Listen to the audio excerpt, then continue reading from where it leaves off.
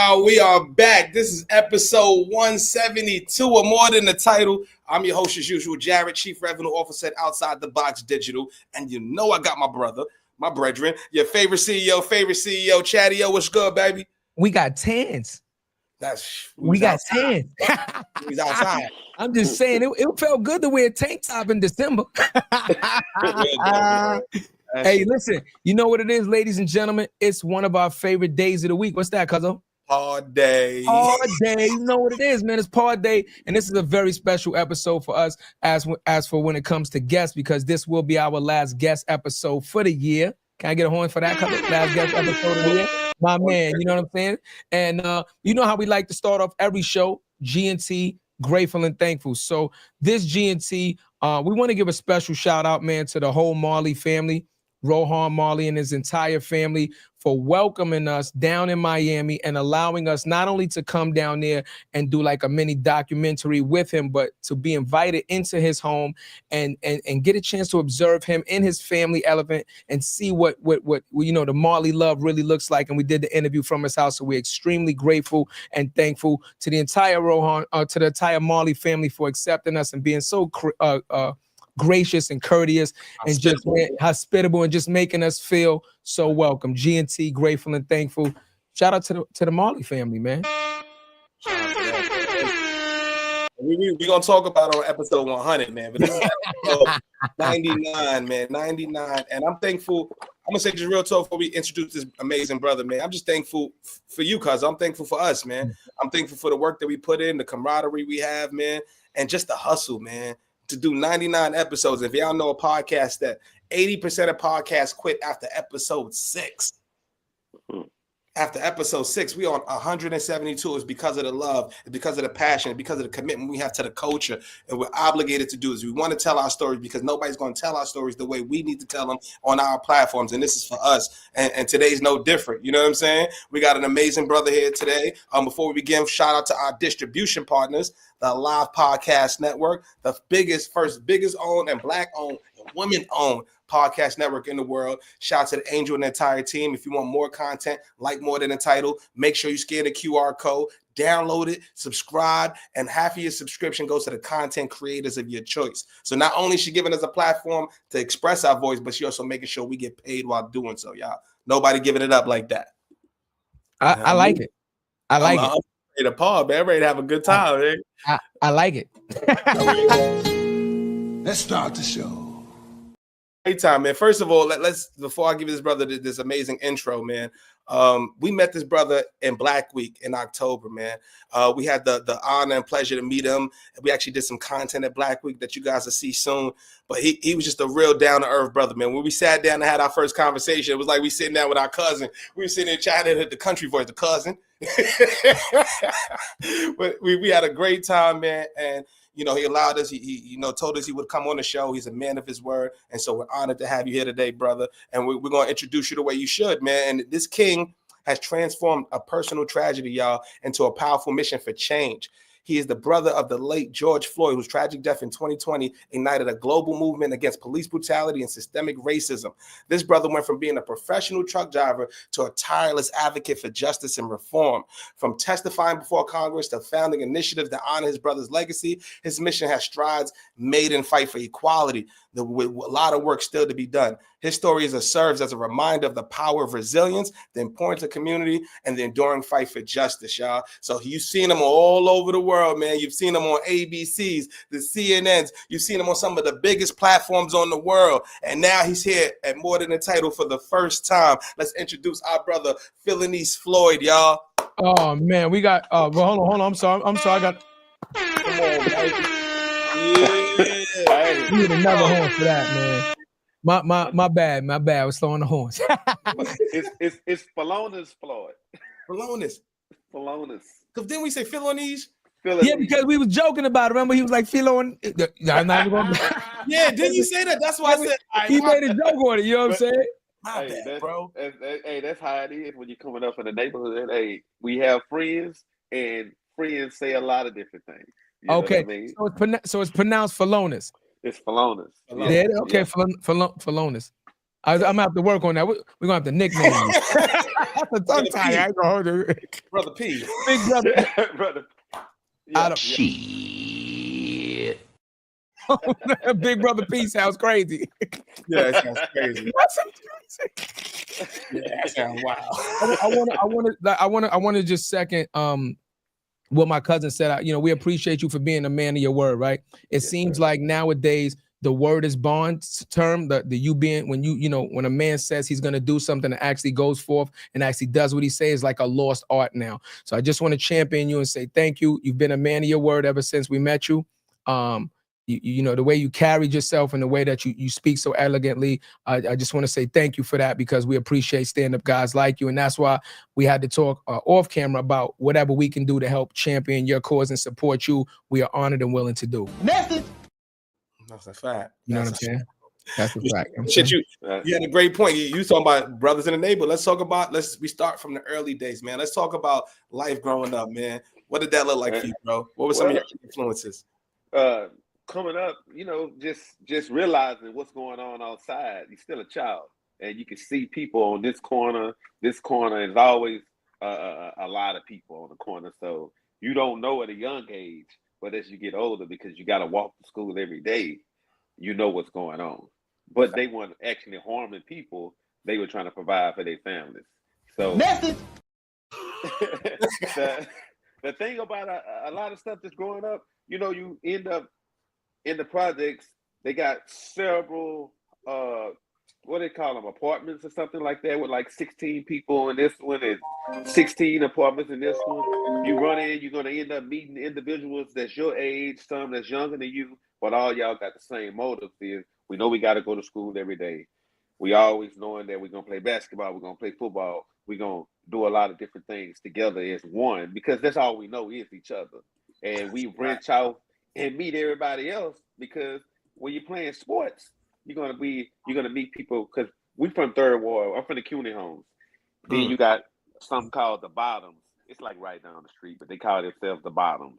And then you got DTA, that's Delano Truck Seller, Alabama. That's right down the street. It's levels to every step in Third Ward where people at. Emancipation Park, they had their side, but at the end of the day, we all went to the same high school. We all went to the same middle school. You know what I mean? So just growing up in the same environment with everybody else, you're gonna see a lot of stuff, but you just gotta have an understanding of what's going on and how to make sure that you can prosper and get yourself out of that situation. What was some of the early dreams to get yourself out of the situation? We seen the brothers on the corner. We going to school. Like, what was your dream growing up, bro? Oh, I really, man, I always wanted to be a basketball player at one time. I used to watch my brother, and he was magnificent at a lot of different things. He can dance, he can jump, he can run, he was too big to be the position that he was playing, which was a receiver, and he was too fast to be a tight end. Hey, yo. Hey, yo. I could not. Top. Wait, That's gonna go viral. First one slide. I was gonna let the first one slide. The too big was crazy. But the too fast for the tight end is wild. This is crazy, nasty work. Nasty. I couldn't let that slide. I'm sorry. I'm childish. YouTube loves those, bro. Hey, you know, in New York, first time you hear him, they pause. Yeah. Pause. But you know, no, man, he was that guy. Right, you know right. When he was going to Texas Southern just to be playing in their gym and stuff, and I remember as a child sitting there just dribbling the basketball. I was young, and he'll be playing with the guys. Them same guys, they thought he was actually in college. You know what I mean? That's how good he was.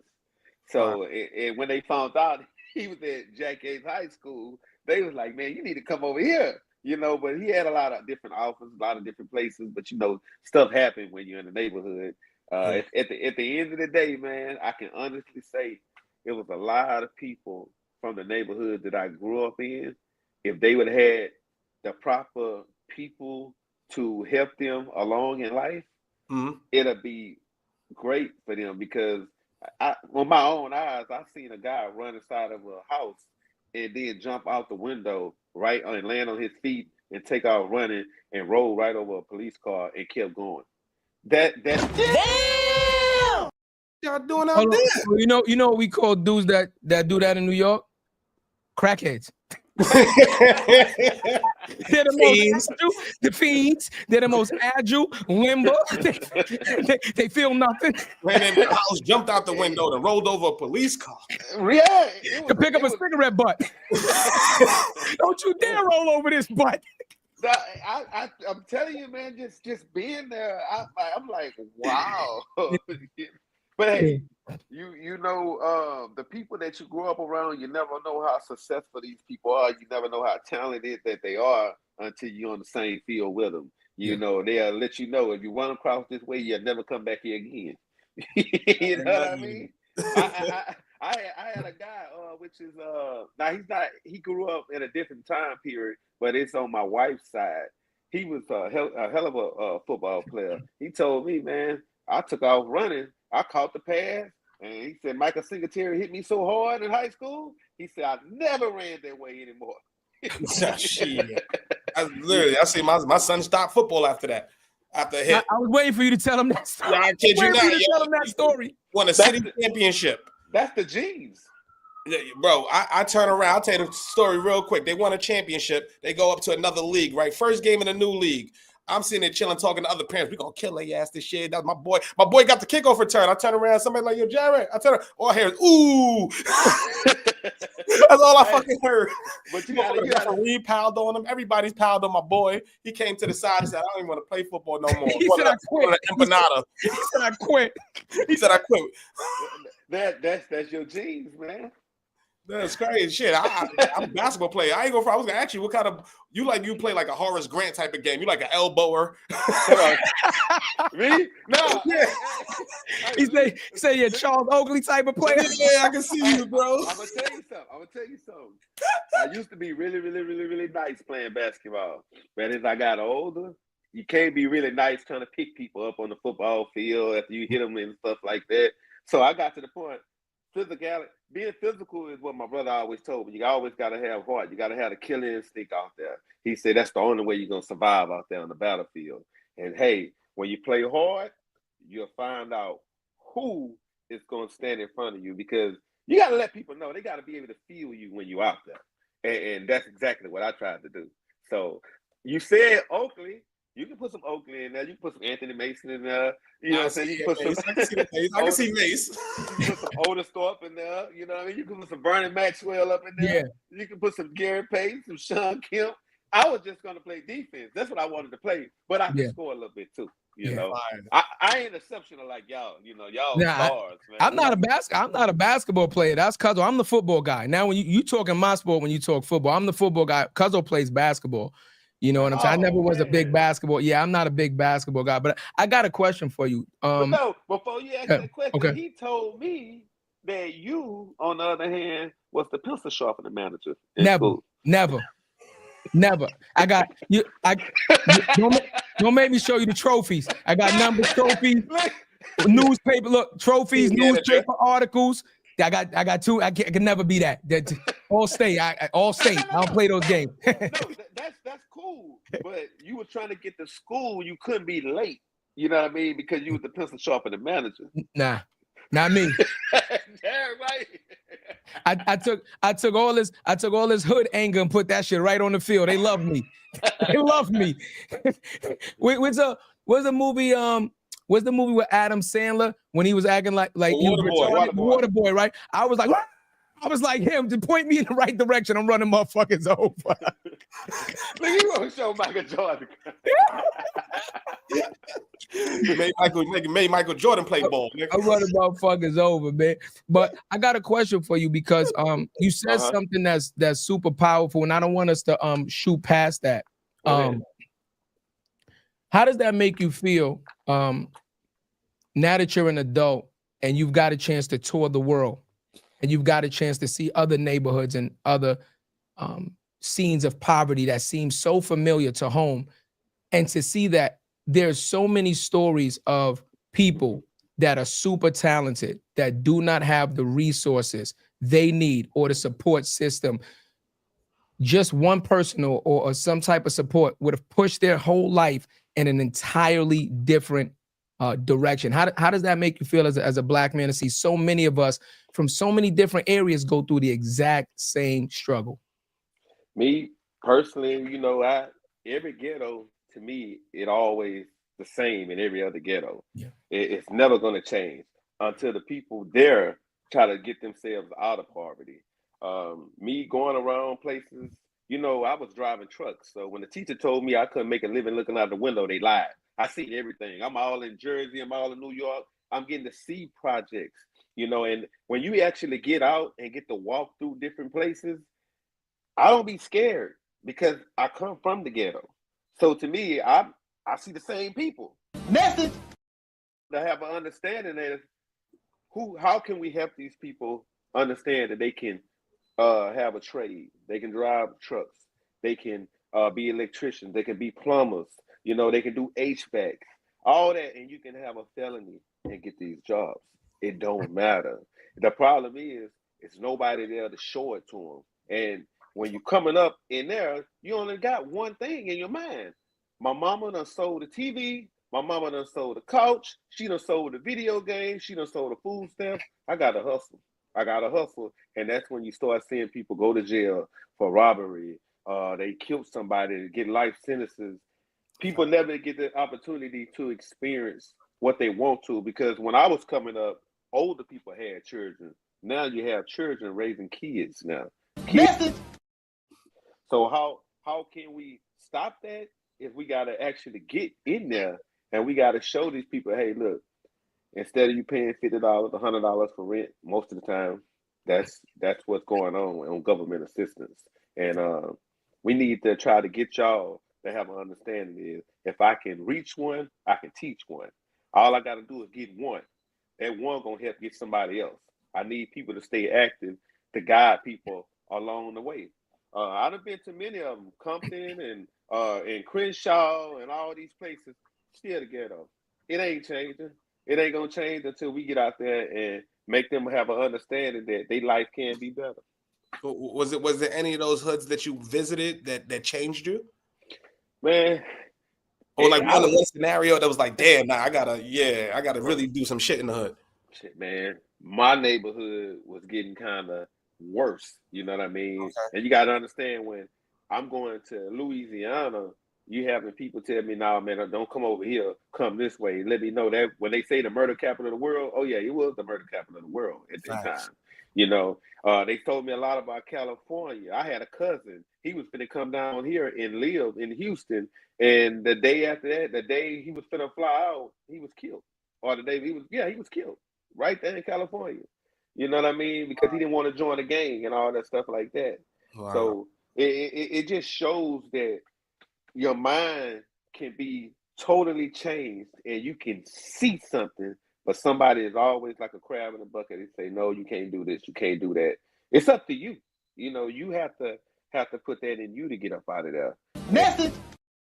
Hey, y'all got it. Y'all know. You talk to people every day. I go to projects all the time. And I see the same people still there sometimes. And I'm like, come on, man. What's going on? We seen this coming up. How can we still be sitting out here? Some of them winos, some of them on drugs. Some of them just don't want to leave. Some of them never even left out of Texas. You know what I mean? I don't like even know what to Yeah. Talking that talk. That's real talk. It's sad. Mm-hmm. It's sad. Unfortunately, some people are not strong enough to break the cycle. Yeah. You understand what I'm saying? The fight as children, we don't truly understand what the fight is to survive as children. Yeah. Because mentally we're just not developed enough to understand it. By the time we realize what this adult fight and what this life fight really is like and truly is like, some people, they just don't have it within them to keep fighting past a certain point, and then they just give up, unfortunately. Unfortunately, but that's where the resources come in, right? That's where if we have programs, if we have more mentors, if we have resources, we could step in and say, listen, okay, you might be starting late, because a lot of us started late in life, right? We got in trouble, things of that nature, whatever the case may be. Doesn't mean that you can't start now. But without any of that, to them, it's like, why should I do anything else when I feel like there's nothing else out there for me to do? There's no opportunities out there for me to have in my current situation. But I think that's in their mind, though. I think that's the conversation we had when we was down there in Miami, right? Right. Okay. Like we have to be able. Somebody has to stop the disruption. So we have so much trauma. We're dealing with so much BS. Everything happening in our world, bro. So, and we have to make the decision. Us three made the decision that we're going to be different. We're going to go out there and fight the good fight, right? But we have to champion the people who have fighting the good fight, and the people that's causing disruption. We got to make that shit not cool, bro. Because regardless of the situation, there's motherfuckers that slept in cars, that have been on government assistance, done all the different things, and still made a way out. We need to champion that shit. And if you're seeing it disrupting and causing trauma to your family, then that's bullshit. We're not championing that. I can't get behind that shit no more. No. I'm not championing it. I'm not championing it at all. You know what I'm saying? I'm not saying you are. But you know what I'm saying? Yeah. No, I'm with you. I'm with you 100%. Like I said, you know, I'm just stating that because when you go, you know, here's the thing, Pete. Like me and my brother, like our families, we in the hood, so we're always there. See, that's one thing about us why people know we real, because they can see us all the time. Facts. They can see us all the time. They can talk to us or walk right up to us and talk to. We in the hood almost, you know, on a weekly basis, right? So when I'm talking to these guys and I'm like, yo, what's up? You know, what you doing? You know, the most common answer is like, man, just trying to survive day to day. Maintaining. Yeah. You know, that's the answer. That's what it's all about. It's always about maintaining. I can tell anybody every day, if I see you with 9 losers, eventually you're going to become the 10th loser. Because that's what you're showing me. You know? You know what I mean? Your network is your network, and your network is your network. Bottom line, if you want to be out there and just make a change, you got to show somebody that you want to make a change, because that's the only way. Because the people who you bring around you can show you a lot, because all you got to do is be able to listen. A lot of people don't want to listen. You know, they just want to control everything. You know, from the bottom line, that's the honest God truth. People don't want nobody teaching them nothing. They're going to say, I know what I'm doing. I got this. I've seen it too many times in life. But I hate the fact that it'll take me to pull up in a Rolls Royce for people to understand. You know what I mean? That's when they want to pay attention. Well, that's what, you know, again, coming from an inner city youth child myself, you find, and we had this conversation, Cuzzo, about where you find motivation at, right? You kind of can't tell people where to find motivation at. That's why we got to keep showing them in so many different ways, because some people will find motivation in A, some people will find it in B, some will find it in C. But most of the time when we're younger, right, we're like, okay, we broke. We know what poverty looks like. So if you see somebody that's living outside of what seems to be your norm, it's going to interest you. You know what I'm saying? For us, you know, the shiny, it's going to attract you, right? You don't know what it takes to get there, but you like, shit, that's a lot better than what I'm doing and how I'm living. And that's why a lot of people end up hustling, because a lot of the people you end up looking up to are the hustlers, because they're the ones pulling up in the Rolls Royces, right? They're the ones pulling up in the Mercedes and whatever, all the nice cars, the nice jewelries. They got the beautiful women. They got the nice clothes. They go to the parties. That's what you end up looking up to. You know, hey, everybody got their opportunity. All you got to do is shoot your shot. You know, you practice over and over again. I promise you, when it get time to that time in that game, when you got to take that big shot, you're going to hit every last one of them, because that's what you built yourself up to do. You know, you got to take shots. You got to take chances. You can't sit there and get stagnant, because how can you be somebody if you still want to just spin in the same place? You know, doing what I had to do, I could have stayed right here. I could have just gave up everything. They want to speak about nothing for my brother, but I wanted accountability. And that's what I went out there to seek. But I never in hell thought that I would have the opportunity to see other families having loved ones being murdered. And I go in these people's houses, and the fact that they're crying, but when I come in there, they stop crying, because they see hope, you know. They see what I had to endure. And everything that happened to my brother, that was a motion cinema picture. The world had the opportunity to see it. And he was begging for his life and had it taken away from him. They witnessed that. And no matter the ethnicity, they all said the same thing. That could have been my son. Every mother said that could have been my son. Like every father said the same thing. And it ain't changed. Right now, these same people, they in fear of what's going on. What happened to my loved one and what happened to Breonna Taylor, what happened to Dante Wright, what happened to Eric Garner. I can name people 24/7, Pamela Turner, people y'all might haven't even heard of. Yeah. You know, it's deep. Martins, all of them, yep. Yeah. Yeah. So you got people coming up in the projects, all they got in their mind is, how can I even make it if nobody even care about me? They going through it already at home. We can take them somewhere and show them a good time, but at the end of the day, they got to go right back to the same place. That's real. That's real. Yeah. Cause you know, I'm curious too, bro. Now that you brought it up, bro, like, so I'm curious to know what the family experience is like before the passing of your brother. What was the house looking like, right? Like, what mama loved, pops. What did that look like, bro? But it was to me, it was basically just like any other household. You know, Okay. Mama sometimes I bring out the Bible. My mama loves sports. You know, she loves sports. She watching all of them. She watching basketball. She watching the Houston Rockets for sure. She's watching Tiger Woods. She loves Tiger Woods. She watching Serena and Venus. She's watching everything that they have on television. And, you know, just like any other mother, they watching Days of Our Lives or whatever. General Hospital. General Hospital, yeah. Sonny Corinthos. Yeah, and another show, Wheel of Fortune. She used to watch that. So those were like some of the biggest things that she would watch, besides they had that music playing in the house. But my mama cooked, and my mama was from North Carolina, so it wasn't no seasoned blend out the store. She getting the onions, they chopping them up. They chopping up bell peppers. She's making everything that you could possibly want, and it's good. You know what I mean? She fed the neighborhood. And a lot of like my brother friends and a lot of my friends, their mothers were probably on drugs, so they looking for a meal, and then they mamas want a meal, and my mama say, I'm gonna help them all. You know, at the end of the day, she had a good heart, and she gave me that emotional side. But at the end of the day, the streets is what raised me. You know, That's real. That's Yeah. real. You know what I'm saying? Your mother, huh? No, I thought you had it. I'm like, hey, nigga, I thought you went somewhere else with it. Nigga, No. with it. I ain't know. No. I was saying, your mother is a very special woman. She comes from a time of the big mamas, and we talk about missing those big mamas, right? Those big mamas is the ones that were not only the matriarch of the family, but of the communities collectively. Message.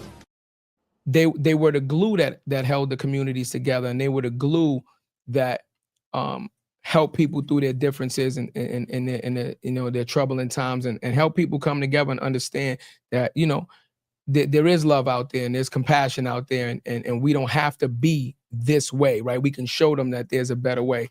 And that's some of the things that we talk about nowadays, with losing that essence of the big mama, right? With the newer generation of women that are transitioning up into that age, it's not the same.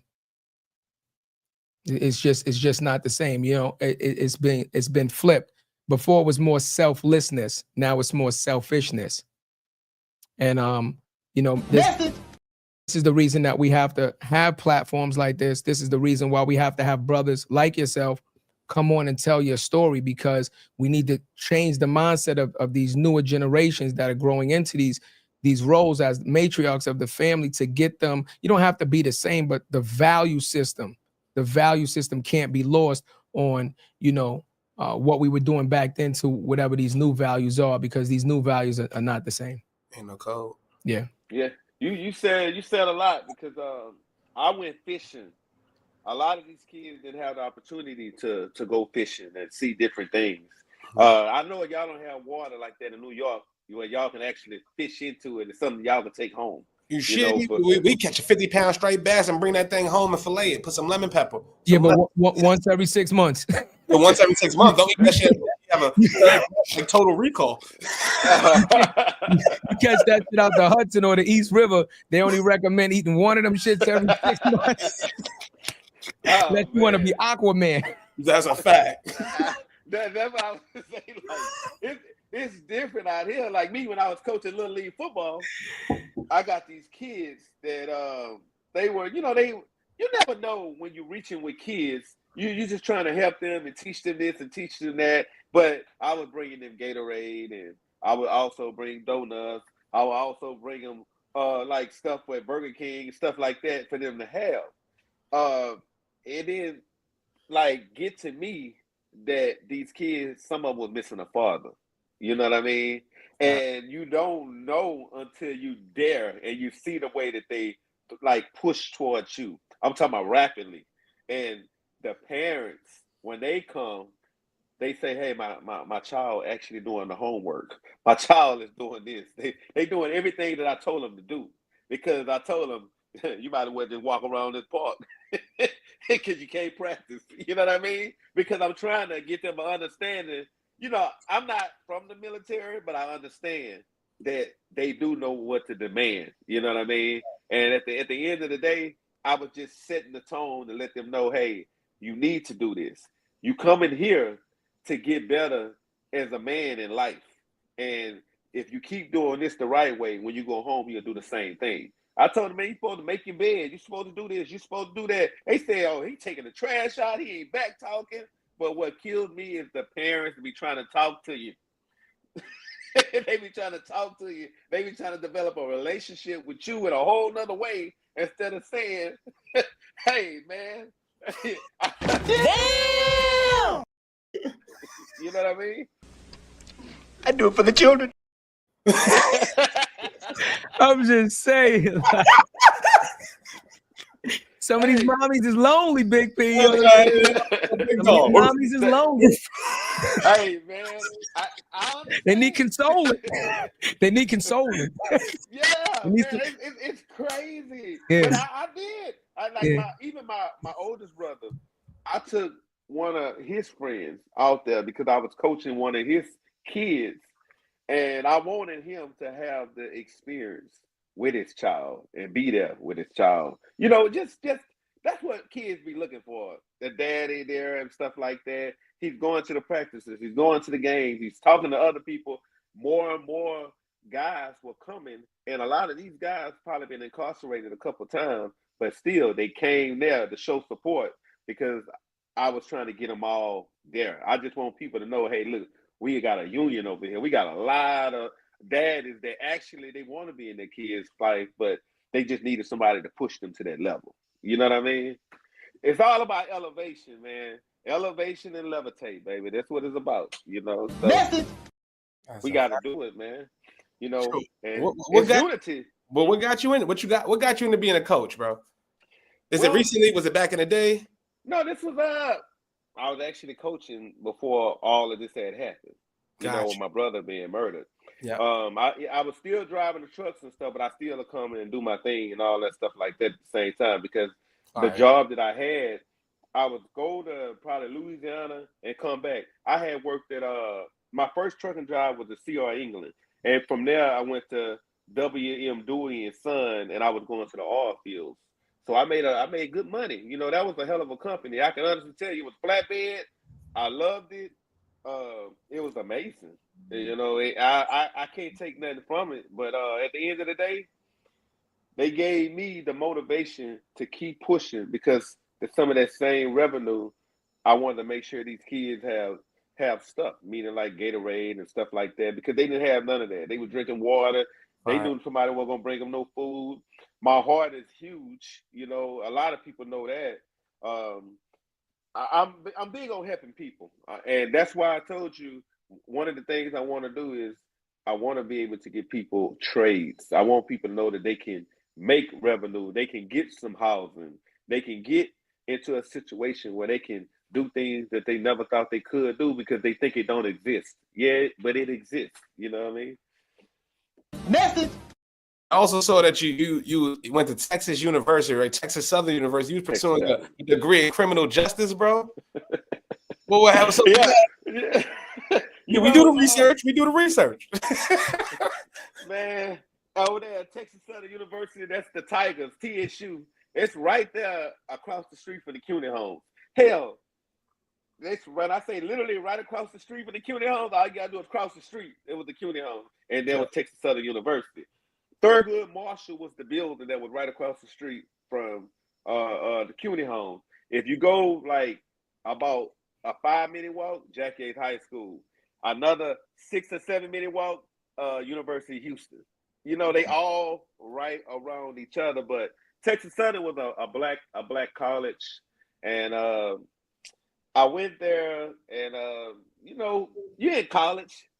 First thing you do, you come there with the fly's clothes. You thinking everything. You got to be fly and all that, but yeah, you realize, man, it's college, man. Don't nobody wear that stuff. You know what I mean? So I had some Timberlands. I had everything, man. I ain't from New York. You know what I mean? You had the butters on? You had a good pair of butters? I had a couple of pairs, you know, because I just wanted to be different.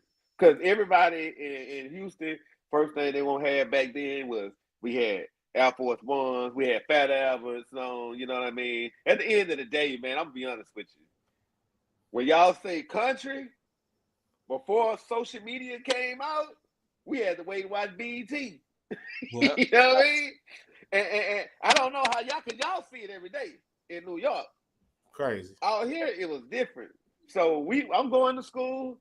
I got several people that I went to school with that was from the projects. We all had different motives of what we wanted to do. That's what I wanted to pursue was that criminal justice. But I don't know if I wanted to be a police officer, but if I would have been one, I knew I would have been like one of the best police officers possible that you could ever face, because I'm not scared of you because I see it every day. You know what I mean? And I'm gonna talk to you, you know, and I just want to let you know that, hey, I'm not a threat. You know, I just pulled you over for this, and I'm telling you why I pulled you over from the beginning. I don't need you to be scared. I don't need you to do none of that. And it was either be a police officer or I was going to pursue to be a lawyer. You know what I mean? Because I've seen too many people go to jail for no reason in my neighborhood. And people don't believe them when they say, I didn't do nothing. I didn't have this. Oh, yeah, we found out. Because one of the police officers that gave my brother a time, he ended up getting 5 years for this police officer. And no, not him. He got some more time before that. For that, he got some time on some other stuff they had gave him too. He didn't do that either. But at the end of the day, that same police officer ended up murdering 2 Caucasian people, and now he in jail right now. And I think he probably got a life sentence. Yeah. They used to call him Batman in the neighborhood. You know what I mean? He'll pick you up and slam you, big old dude. He went there just like Denzel Washington did in Training Day. He had a fake warrant and everything, and had all the police officers come over there. Then they end up getting in the shootout with them people, and the people end up dying. And now he's serving time for something that he should have never been doing in the first place. This is the kind of stuff that's going on in my neighborhood. And I know it's not just mine, it's everywhere. But hey, how can you stop something that can't be stopped? Because when somebody in power, they do what they want to do. Message. I got an answer for that. I got an answer for that. Let's go back to what we talked about the age of the big mama. Back when my grandmother was, you know, a young mother and things of that nature, they had what was called like community policing, right? Community policing. Walking the beat. There it is. Not only walking the beat, but staying in the community, because a lot of the officers were from the surrounding communities. They weren't afraid, talking to people, talking to the elders and the leaders of the community, working with them. See, now they have an office, community affairs, air quote, community affairs, right? So NYPD has this community affairs office. I don't know if other police departments have it, but their job is primarily like, you're the one that is supposed to be the liaison between the police department and the neighborhoods, right? But again, I like to use the common sense. Me and Cuzzo talk about the common sense train. The community affairs officers ain't walking the beat. They're in the office somewhere. They, you know, you talk to them when you want to do an event or something like that, or something, you need permit. That's when they really come out. But The people that need to be the community affair officers are the guys that are actually walking the beat every single day, right? The ones that know your mother by name, know my mother by name. So just in case one of us gets in trouble, not to say we can't be held accountable, but if they see it, they can de-escalate it. Listen, I know Jimmy, or I know Bobby. He's a good kid. What's going on? And really get down to the root of what's going on. Message. Again, you don't have that when you have, and it's no disrespect, but it is what it is. You don't have that when you have all of these police officers from other ethnicities, from other cultures that don't understand our culture. They don't understand how we walk. They don't understand how we talk. Yeah. And then they're coming into our communities with the authoritarian figure like, and we like, nobody afraid of you, bro. Like, we live this shit every day. You having that gun about, that's what they mean. That's what it They is. don't realize that. And that's what You gotta listen to him. You can learn something. And that's what causes the confrontation right there, because we like, bro, get ahead, because ain't nobody afraid of that, right? And then they get on the power trip, and that's what normally causes the confrontation between the community and the police department. So I think, again, once again, we got to get back to, if you're actually truly trying to make a change, number one, you need to start hiring people from these communities, right? From these communities to represent these communities and actually listen to what they're saying and actually listen to the problems that we're telling you we're having and actually do some fucking thing about it. Not just make a campaign about it and then don't do nothing and then, you know, make all these laws that, you know, clearly adversely affect Black and brown people predominantly. Yeah. What are we talking about? You know, like you just said, you know, you got good police officers and you got bad ones. You shouldn't have to sort them out.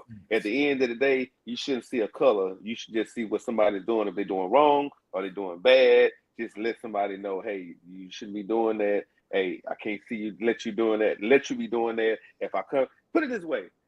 I live in a neighborhood where people did so many weird things. They'll stand on a whole corner and then next thing you know, they see the police come. And they, oh, the police officer, oh, he cool. He ain't gonna do this. He ain't gonna do that to me. Next time you look up, he might got his boss, his sergeant or something with him. What's gonna happen now? You know, and I seen people get time because they don't realize that you need to take care of yourself the right way instead of taking care of yourself the wrong way, because these people got a job. You know, I believe that every football player, which I was in New Orleans and I was speaking to police officers then, I was letting them know that people don't look at you all like they used to.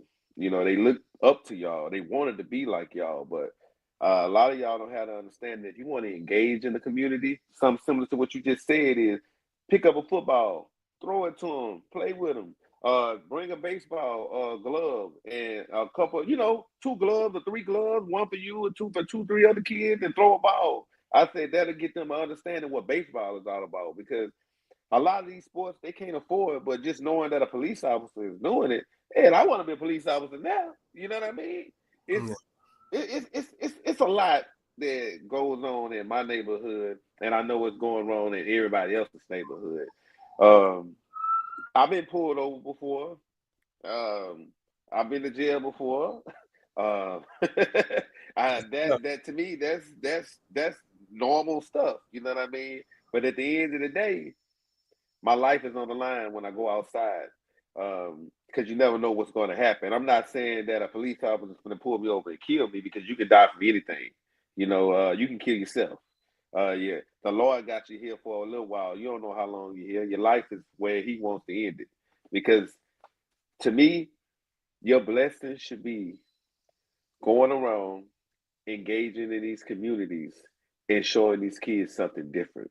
Because you all, when we have the March on Washington, if you can get kids down there and their mothers and stuff, get them down there.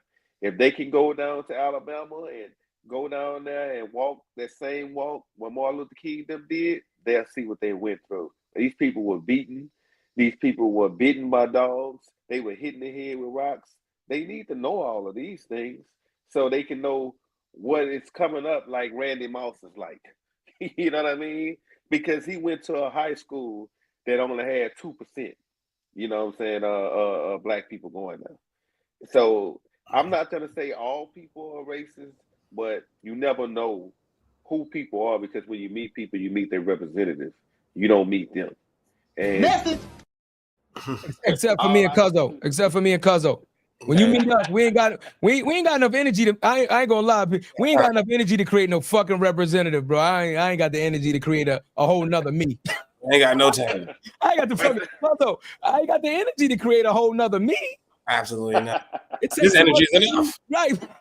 This energy is enough. You know, somebody was like, so I had to argue with somebody. They was like, I'm surprised you're not mad. I don't have the energy to be mad. I don't got the time for that shit no more. You talking about a bunch of nothing. You know, hey, all the stuff that I was going through. Yeah. I got an interview right here. I can't even go outside. I can't even talk to nobody. The people that actually want to talk to me was a lot of people that was my loved ones. But I'm gonna tell you something. When it comes to people outside, I got a circle. Nipsey Hussle said it. He said the circle small, everybody can't go. I can't stick with the circle. I'm gonna put a period because I got a period, man. It's a lot of people that I don't associate with.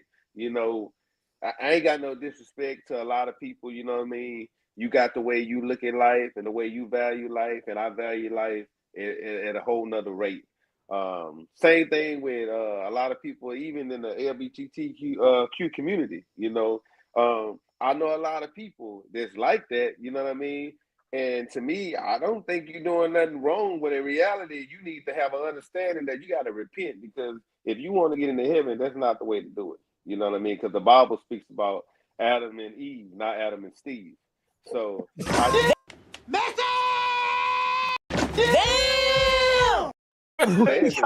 see, that's why quick on the trigger.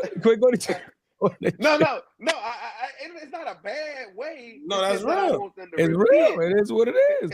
Yeah, because at the end of the day, man, I'm not gonna push my agenda on nobody else. You know what I mean? If I feel that way, I need to be around people like that. I shouldn't be seeing youngsters who's struggling outside, and then I'm trying to will them in because I know I got a little money, and I know my wrist might be broke now. You know what I'm saying?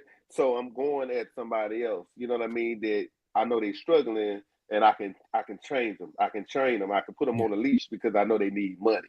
You know what I mean? And to me, I see guys like that. You know what I mean? But me, my wrist ain't never been broke. I'm George's brother. You know, we ain't like that. You know what I mean? But at the end of the day, I said this in my first interview. I said my sister is LGBTQ, and I said I can't imagine my sister being murdered because of what she is. At the end of the day, they still got mamas and they got fathers, you know, so you just can't go around and say, I'm going to kill them because they like that. We got to get them to convert back to what they supposed to be. Because in reality, man, these same people, some of these people still pay your checks and all that. So I don't have no hard feelings toward them. You know, I love them, you know what I mean? But I just don't love the sin. You know what I mean? You can, it's a lot, man.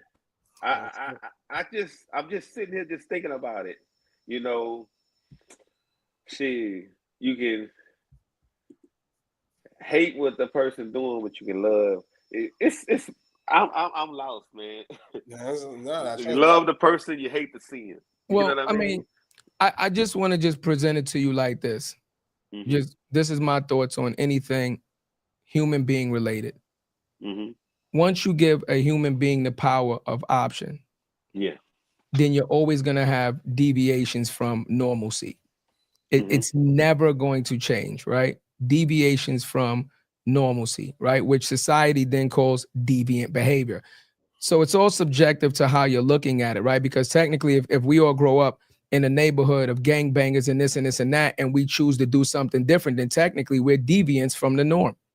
You see that? Because we chose to do something better with our lives, technically we're deviants from the norm because we're not in our normal behavior of what our culture and what our society is doing in the moment. So you see what I'm saying? So all with the ability that everybody's given, with the ability that everybody's given, athletic, scholarly, it doesn't matter, right? I just believe that, let people be people, right? If that's what you want to do, fine. But I agree with you. I just disagree with the forceful pushing of the agenda. That's what I hate.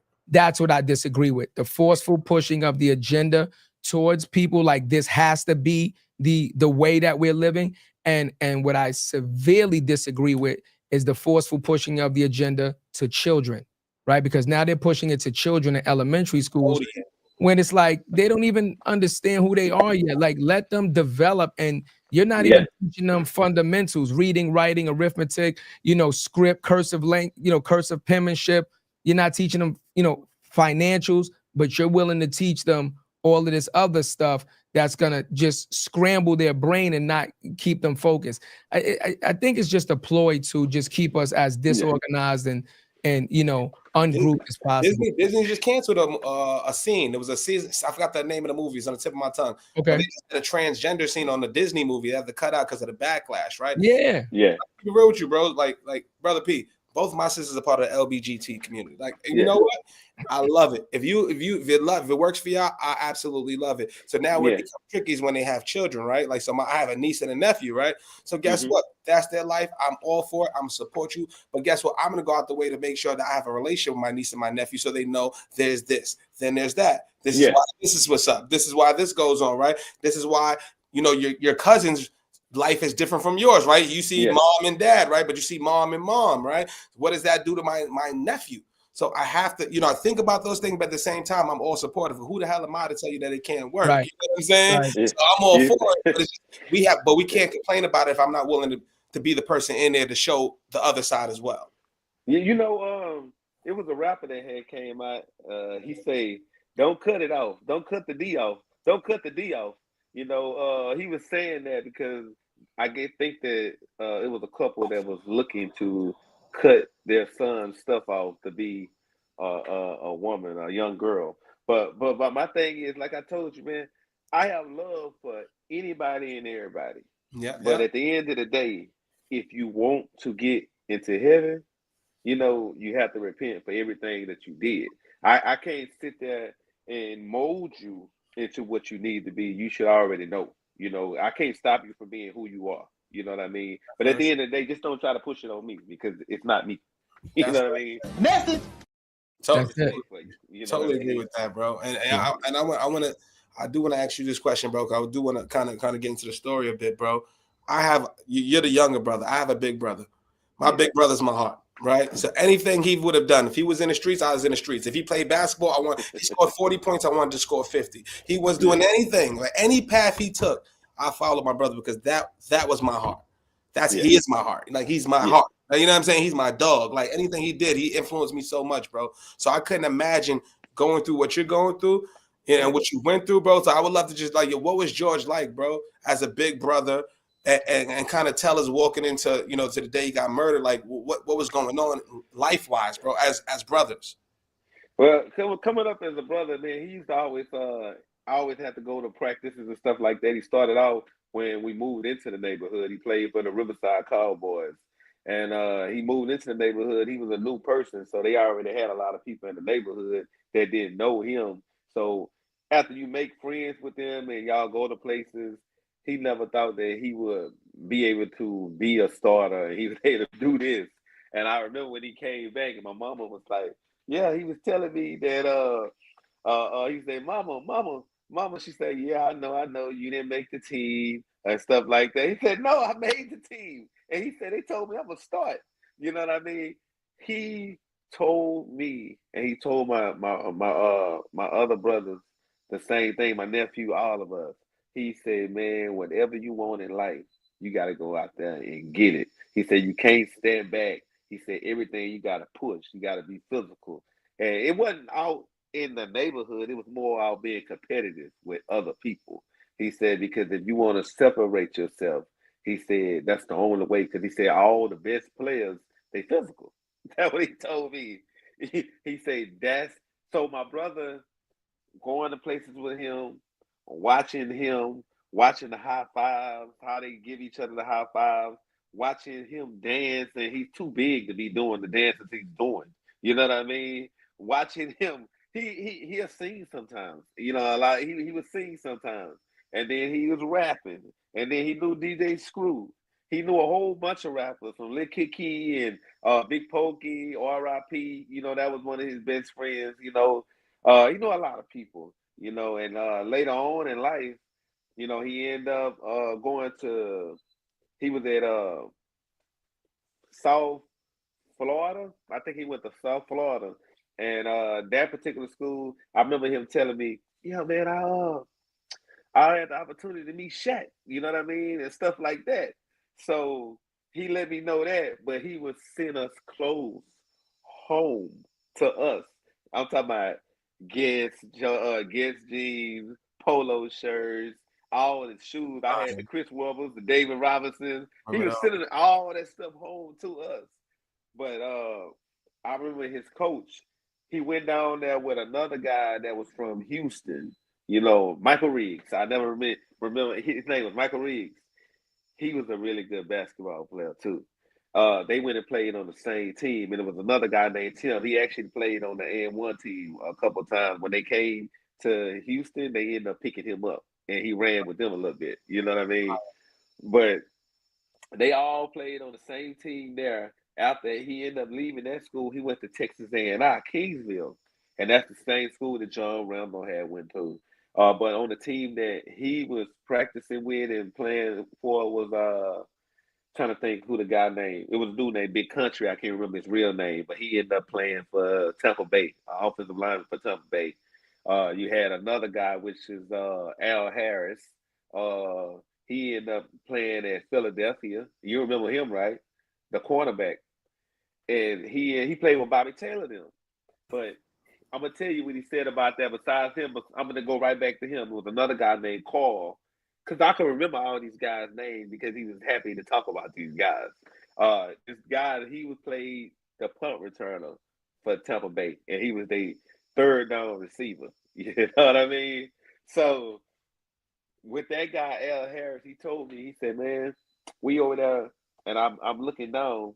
I see Al out there. It's early too. Al out there working. He doing every workout. He doing everything he needed to do to be better. He said the other guys over there laughing like, "Man, look at him, man. He sucks. He ain't gonna do this. He ain't gonna do that." And he said, "Man, I'm just looking like I can't believe they saying that. He getting better at his craft. That's what they need to be doing." You know what I mean? My brother say when it was time to go through them drills, blew all that through. You know what I'm saying? Blew it through like water. And look where he ended up landing. He ended up being what it is, the the nickelback right there. He ended up playing that for the Philadelphia Eagles, and he played for years. I remember watching John Madden say he was the best cornerback at that position. You know what I mean? Right there. Because he had Bobby Taylor on one side and he had somebody else, but they knew whoever was right there wasn't going to catch a ball. You know what I mean? And he ended up going to another place later on, playing somewhere else. But he also ended up being on the Kansas City Chiefs coaching staff. You know what I mean?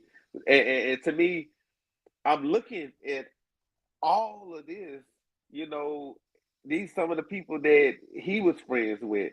And then he ended up Steven Jackson. He ended up meeting Steven Jackson. Steven Jackson came to the neighborhood, and my brother told me, man, he said we was outside, and he said I was sitting on the curb, and he said me and some more people, and he said Steve came, and he said they wanted him to meet me because they said that we looked identical to each other. You know what I mean? And from that point on, they had got a bond with each other. And Steve wasn't in the lead at that time, but then he ended up going trying to think. I think he ended up going to play basketball, like you know how you in a gym hooping or whatever. I think he ended up doing that.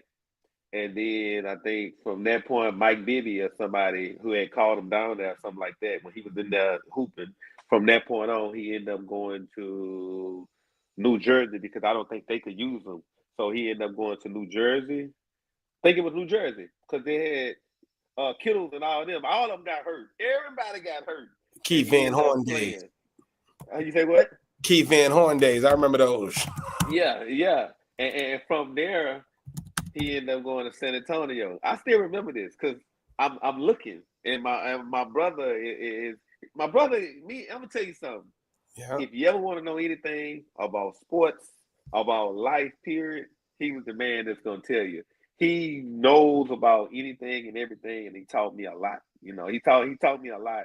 And it's not just about reading the Bible and stuff like that. He taught me about what's going on outside right now. Like meaning like, hey, everybody not your friend. You know what I mean?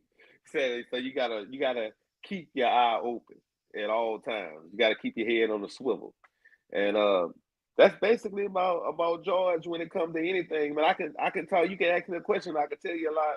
You know, it's so much to talk about. I wish he was still here, and y'all actually had the opportunity to talk with him. Man, y'all will love him to death, man. He'd probably be on that couch sitting there mingling with you right now. You know, that's him. It could be 100 people in a room. He would literally walk in the room and go greet everybody one by one.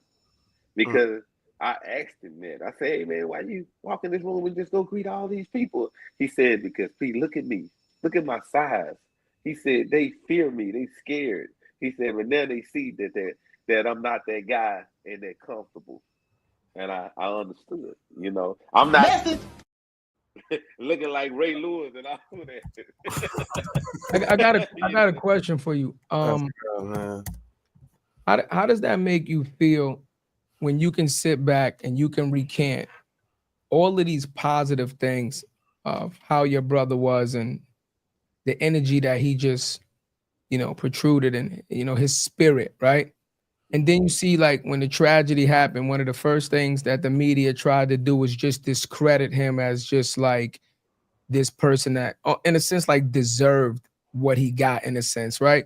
Never focusing, and the media has a phenomenal time at doing this almost every single time when it comes to our people, right? Mm-hmm. How did that make you feel, like the way that they was portraying him, when you could sit there and say, my brother wasn't anything like that, but you see that they're trying to push the narrative on the world to kind of diminish his reputation, even though clearly he was the victim in this situation? Basically, man, this is something that's gonna happen, period, when it comes to somebody being murdered by police. You know, at the end of the day, whatever the policeman did to everybody, he did what he's supposed to have did because he was in fear of his life. That's the way they placed it. But when I was looking at my brother the entire time, you know, he was handcuffed and he was begging. He was begging for his mama. Um, he basically said, "I'm gonna die." You know, he didn't trust the guy from the beginning. And you know, when you have to go through some of the things that he went through in life, it's not just him. You know, um, my brother went to jail numerous amount of times for something he didn't even do. You know, at the end of the day, the police officer, they took him to jail, don't have no proof, don't have nothing. They put him in jail. Every time he went to jail, and he never said nothing because you can't tell on people because you can't go back to your own neighborhood.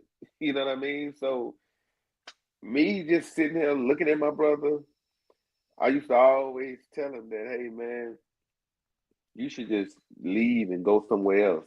But he the one that was telling me, man, it's a ghetto everywhere.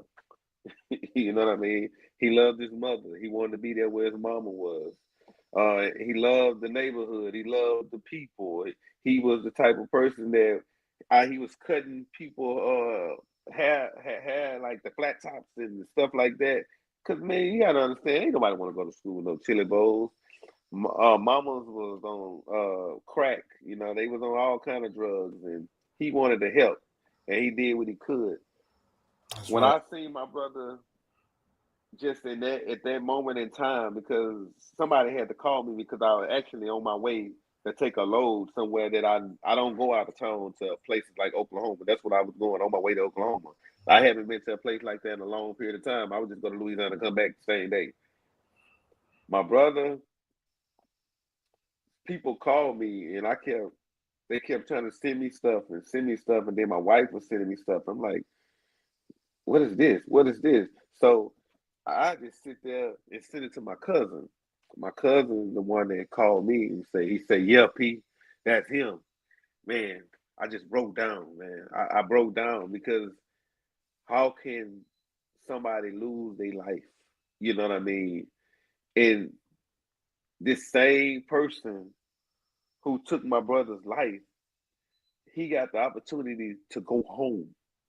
And how can you think it's okay to do what you did with what three, four more other officers out there, and they let it be done but at the end of the day, my brother, he was a he was a hell of a person. You're not gonna catch him out there trying to bash you, hurt you, and do all the crazy shit. They say one person they put up there. A lady said that he put a gun to her stomach.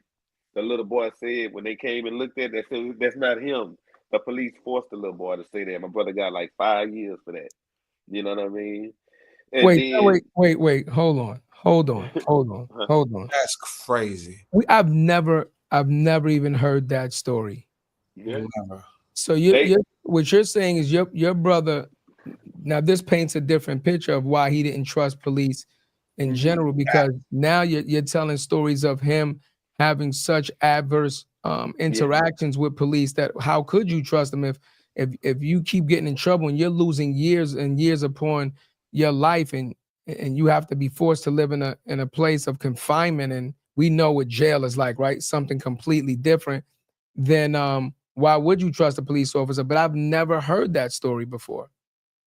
you know you're not gonna hear a lot of the stories because in reality, when you go to jail, they forget about you. It's a case already said and done. Message. Been doing this for a long period of time. You can see with the guys that went to jail for raping in the park, Yeah. Central Park. You know Yeah. what I mean? Central They Park. didn't do it. You know what I mean? And they still got all that time. You can't get them people that time back.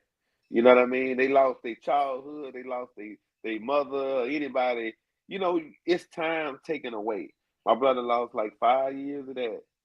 And then he had another one where the guy that I was talking about who ended up who was doing everybody bad. They called him Batman. He had those the white people, Caucasian people murdered in the house, and he had a fake warrant just like this that Washington had in training day. And he ended up going to jail. And he's an older guy. They not gonna let him out of jail. You know what I mean? But at the end of the day, you never know what's gonna happen, you know, with what's going on right now. Um my brother, every time my brother went to jail, he went to jail for somebody else. Hmm. Matter of fact, when it came to him with a car, he swapped the car with one of his best friends, and he did that because the friend just wanted. They just, you know, you grew up together. You just thinking that we just exchanging cars. I'm gonna hold you down. Man, that car turned out to be stolen and everything. He ended up going to jail for that. And he wasn't even driving the car when the other guy who was driving it, he told him, "No, my partner loaned me that car to take the heat off of the other guy. That's how good of a heart he is." Because he could have said, "Like, man, I ain't got nothing to do with it." He did, you know what I mean? You know, and straight up, just like that, he ended up going to jail for that too. You know what I mean? So this man never been in jail for something that he did. He always go to jail for somebody else. You That's know, so and then first of all, the friend is a sucker. I'll say that. Any person that like that do some shit like that is a sucker. They not your friend, bro. And I tell this to my son. I tell this all like, yo, watch who you associate with for those reasons, man. And you just try to get it off. The bro's trying to hold you down. I'm gonna take the car, whatever. I might try to get you out of jam, and now I'm doing time, and I'm gonna stand up. I'm not gonna snitch. I'm not gonna do all that. I lose time of my life for you, and you're not even gonna stand up for me. That's that bullshit. yeah, that was George, man. He did all that time, and the crazy part about it is when he did finally had the opportunity to be free after he did the bid, like for 5 years. I remember he still had gave him a little probation or whatever like that. I had they told him one of the probation people had told him that he could go somewhere. We had the All-Star game down here. It was Super Bowl or All-Star, but one of them we had it down here in Houston at that time. So I had told him, "Come on, man, I'm gonna take you where you can go and you can be part of whatever they told him he can be a part of because he was gonna get paid to do a lot of stuff." So man, I took him. Man, I met so many people. Man, I was like, "God damn, man, when you gonna be out this?" Because there's a whole bunch of people down here that know you. You know what I mean? It was so many celebrities and so many stars that we went to different places, and they basically had wanted him to be a bodyguard for them at that time. But the man let him be out, which was the probation officer or something like that at that time. He let him be out. You know what I mean? And that was the best time in his life because you know he didn't have the opportunity to do that in a long period of time But I guess the man really believed that he didn't do whatever they said he did because he can see it. You know what I mean? He can see it. You know. That's a lot, man. Yeah, That's a so lot, bro. So I also read too, bro. Like so he did time. He was doing trucking for a bit, right? Then he was doing the bouncing, right? And then during the COVID pandemic, just like many millions of Americans end up losing a job. We're going through it, ups, downs, the roller coaster that's called life, bro. And from what the reports were in the story, right? He goes into the store with a counterfeit $20 bill, right? And then the clerk ends up calling the police, and then the tragic event happened, right? Like, did you ever go back and talk to that clerk? Like what did that look like? You know what I mean? Did you ever go back to that spot? Like, was it the actual counterfeit 20? If it's a dude in the community, like I know all the stores around. I know every owner, every clerk, every anything. And I'm pretty sure you guys know the same. How the hell did that happen? sure, man. It's Minnesota, man. Hey, it looked like Gotham City every time I go that way. Um, I went to the store. What is it called? Some cups or whatever it's called. It's a regular store. Got a Chinese store, like Chinese, not a Chinese store, a Chinese food joint, like right across the street, owned by a black man. You know what I mean? So I was like, I love man, that. Like that. I love that. I'm with that. yeah. And then you got another barbecue spot. All of these places when I was over there, you know, they were telling me things like, I don't see how, you know, a person can be killed no matter what. If it was a counterfeit bill or if it wasn't a counterfeit bill, the opportunity still exists. All you had to do was just ask me a few questions. If I have to go in, you can take me in, but you don't have to sit on my neck, you know, for 9 minutes. You know what I mean? And basically, it was longer than that. He just sat on my brother's neck, and it was a motion cinema picture that the world got to see.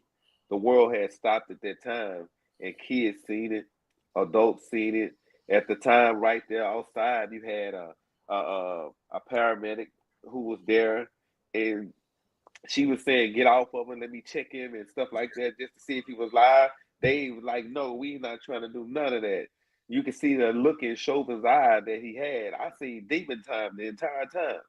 You know, and you look at, you had a guy that was like an MMA fighter out there. He was there, and he was sitting there talking about the kind of whole chokehold and all that they had on him because he know, you know, because that's what he's into. Now you had Danella Fraser; she was filming everything, and she had a young girl with her. So for all of this to be going on, and you had a guy that was a senior citizen who been through everything. He seen it all before because that's the era he come from. And he was sitting there talking about, man, just relax, man. Just did because in his mind, because I've been through it, I seen it all. I knew what was gonna happen to you because I can see the demon time. You can look at his eyes that he was trying, he meant to do what he did. And he murdered my brother. And even when the paramedics came upon the scene, they didn't even try to resuscitate my brother. They just dragged his lifeless body across the ground. What? Just dragged him and put him in there. And I'm talking about put him in the car. They didn't try to check on him. It's like they didn't care. You know what I mean? Nobody cared at that time. And his life mattered. All our lives matter. I wanna say this to you, right? I could respect what you said when you said the police officers have a job, right? But when you start out working for the city, any city, it's a pay scale normally, right? You start on the low end of the pay scale. Most of these police officers that have jobs and things of that nature, they might end up moving out communities and things of that nature eventually once they start getting to top pay, et cetera, et cetera. But guess what? Most of these police officers are from the communities. Here's my thing, right? You take off the badge, you take off the gun, you go shopping, you in the same supermarkets as everybody else. When you drive, you're on the roads with everybody else. Your kids go to school with everybody else. See, here's my thing with that, right? It's the bubble.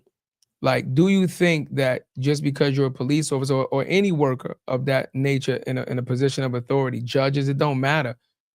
The problem is the bubble that you think that you can move without reaction, right? And you can move in a way that the community is not going to hold you accountable. See, that's the problem. See, the communities are not holding these people accountable also. Message. This is the problem, right? Because, again, right, police officers swear an oath like doctors, blah, blah, blah, blah, blah.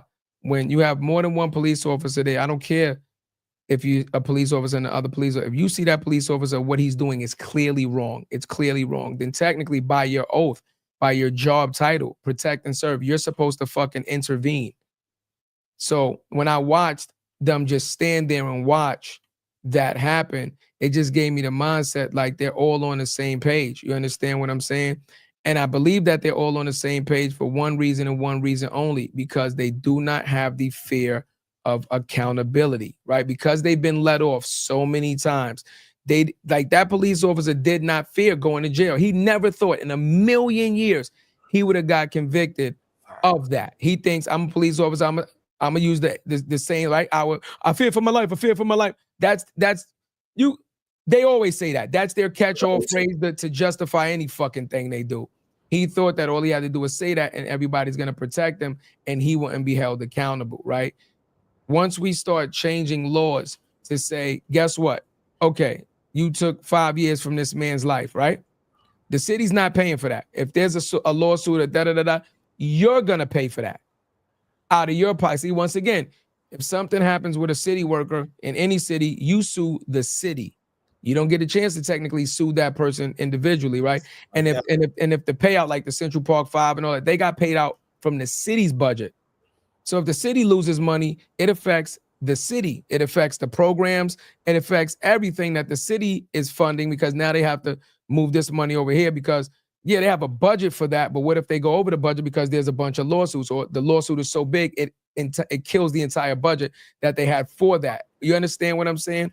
So this is what I'm saying. It's about the accountability that has to be had, right? Now, if police officers and anybody if they were held personally accountable, I guarantee you would see a change overnight. You would see a lot more compassion.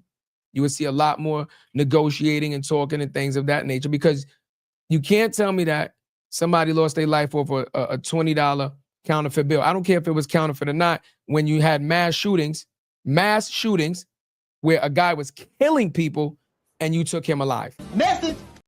Message. They took him to McDonald's. Right. To get, you understand what I'm saying? Let's talk about it. So what the fuck are we talking about? It's clear, and without firing shots and without all that negotiating you did after he clearly killed people. So you can't tell me that you're not trained on compassion. You can't tell me that you're not trained in the art of negotiating and things of that nature. The question is just when and where do you use it? And unfortunately, with us, our people, they don't value our life. But they don't value our life because, once again, they're not held accountable. But if we start, once again, as a community, start holding them accountable, because guess what? Talk to him. Like I said, when you take off that badge, you still got, I live in a community right now, 85% law enforcement, 80 to 85%, POs, COs, everybody's here, right? So you did that dirt, and then you come and live across the street from me. You come and live across the street from all these people that have houses in this community. Now, and I'm not talking about violence, but if we made you very uncomfortable to live, like, let me tell you something, what you did is not going to be tolerated, we going to make it hard for you out here. You know what? And if every time they move to a different community, people held them accountable, their attitude, they would be like, yo, we can't live nowhere. We can't live nowhere. We can't go anywhere without people holding it. Then their mentality would change. Facts. But because nobody takes action until it's your kid, everybody has this fucking syndrome where it's like, well, it's not my kid. It wasn't my brother. It wasn't my father. It wasn't my sister. So it doesn't affect me directly until it affects you directly. Message. I think that's what changed the world, bro, is that we saw that. The problem I have is thank God for the person who recorded. Thank God for the person who pulled out their phone. Even if you couldn't, like, you know what I mean? Like, just thank God for you pulling out your phone, because that was your way of helping. Because then there would have been another story of I feared for my life. I didn't. It wasn't 9 minutes. It was really 6. It was really 3. It was really 2, or whatever the case may be, and then get away with the bullshit, man. Because when you telling this story, I'm gonna keep it real. I'm getting my phone blowing up right now, P. I'm gonna keep it real. My phone blowing up right now. Like, yo, this is fucking crazy. Wow. You know, he said a lot. You take that badge off, you become a regular person. And at the end of the day, I see people in the neighborhood all the time. Everybody got an attitude trip. Even police officers will come back and then they still have attitudes because they still have the same mindset. You know what I mean? But people in the neighborhood, people need to realize we look and people will check your temperature real fast, especially where I come from. They'll find out who you are because I can see it. You know what I mean? Me coming up where I came up from, it ain't no different from where y'all came up from. You're gonna see somebody either being murdered or somebody going to jail for no reason, or somebody mama smoking drugs, or somebody stealing out of the store. You know, my thing is this: if you see these people doing wrong and you want to take these people to jail, you don't have to beat them. You don't have to stomp them. You don't have to do anything, because some of these people are willingly just get in the car. They finna cry because nobody wants to go to jail. And at the end of the day, I don't care what you did. I don't want to see you go to jail.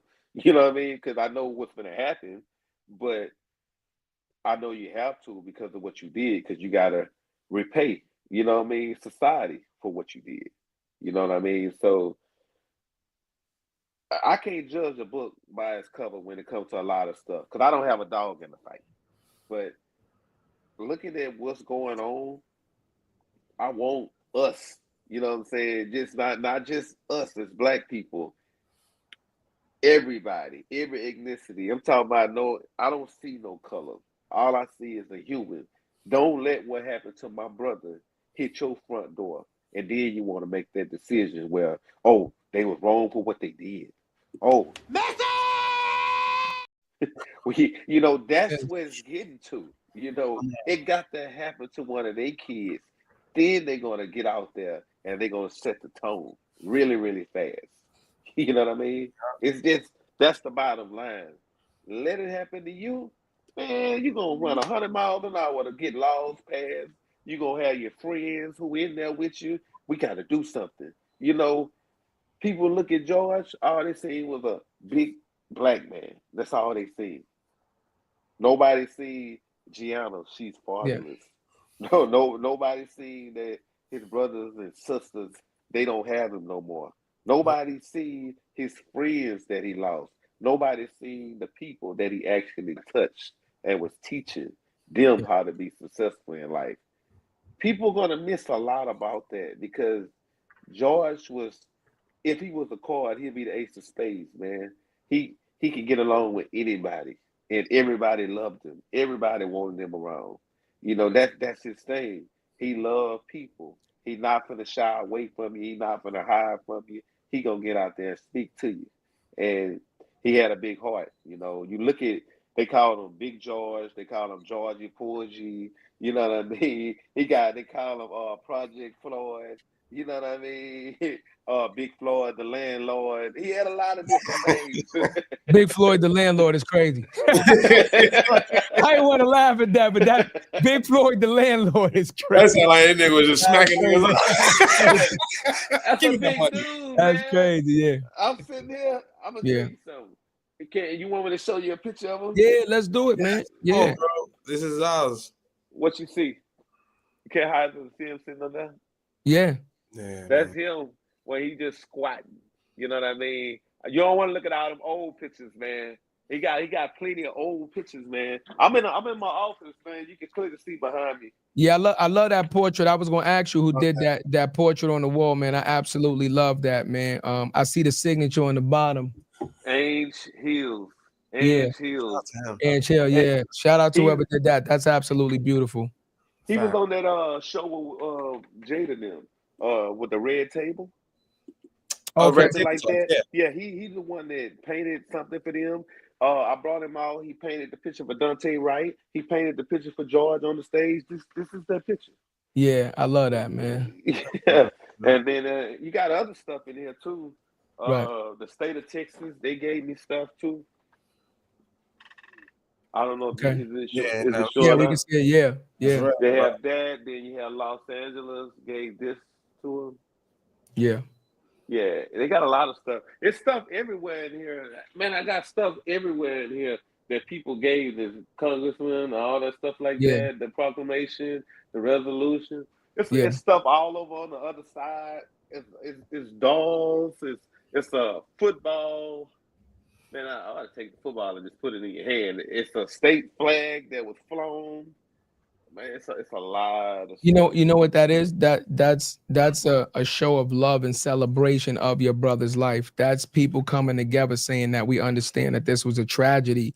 Mhm. And although people can, try to empathize and sympathize with what you're going Yeah, through, unfortunately, you truly don't understand unless you go through it yourself. But they're saying to you, like, we're trying to be your support system in this time of need. You understand what I'm mhm. saying? Which is definitely important because you're out there being his champion right now, right? Yes, sir. And you got, they signed the law. Was it what they give him a law? It was the George. It was the law. When you guys went to the Yeah, but before we even get to the law, okay, though, bro, I want to, as a brother, like I was telling you, my brother's my heart. My big brother's my heart. What was that Mhm. like? You're grieving, bro, and now you got the national spotlight on you, on your family, on your niece, on your friends. You got people in the community that's acting different to you. How do you deal with all that, bro? The thing about all the stuff is from the beginning, I had no idea that I was going to even be on somebody's television. You know, right, all I had in my mind was I lost my brother. I had to drive this truck, park this truck. I couldn't take the load. You know, I'm frustrated. You know, I'm like I lost my brother. I don't know why I lost my brother. I just know that he was murdered, and my cousins say, "Man, that's him. He can hear him. Everybody know how his voice is, and he's raspy." It's just the fact that I had to go and be on the news, you know, it was to me, it destroyed me mentally. And I'm still that person where I have nightmares, you know. I mean, I have bad situations, you know what I mean? I can't say I'm Superman, you know. Bro. I don't know where to go. I lost my mother, my father.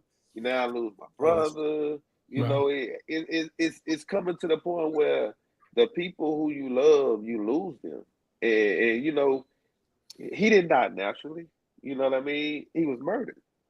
His life was taken from him, and we was given a life sentence. And it like his daughter, she'll never have the opportunity to have her daddy walk her down the aisle. She would never her father be able to have a daddy father dance. He would never be able to come to a game, a show, anything that she wanted to do with her father. She can't experience that ever in life. Yeah. And for me to have to sit there and speak about this, because I still got brothers and sisters, they looking at me like, nah, I'm not doing none of that. They were irritated, they were mad, they were frustrated, and I said I'll do it because I thought I was the most level-headed one. Because when people lose somebody, you don't know who you finna get. You know what I mean? Because the meter rises, but me, I'm so mellow where yeah, I lost my brother, but I know that I had to say and speak in the way that I did in order for me to even get some accountability for my brother. Because at the end of the day, they want you to get up there and be a fool and say all kind of stuff. Because if I can get you to be really irritated and mad and say F this and F that, that's what they're looking for.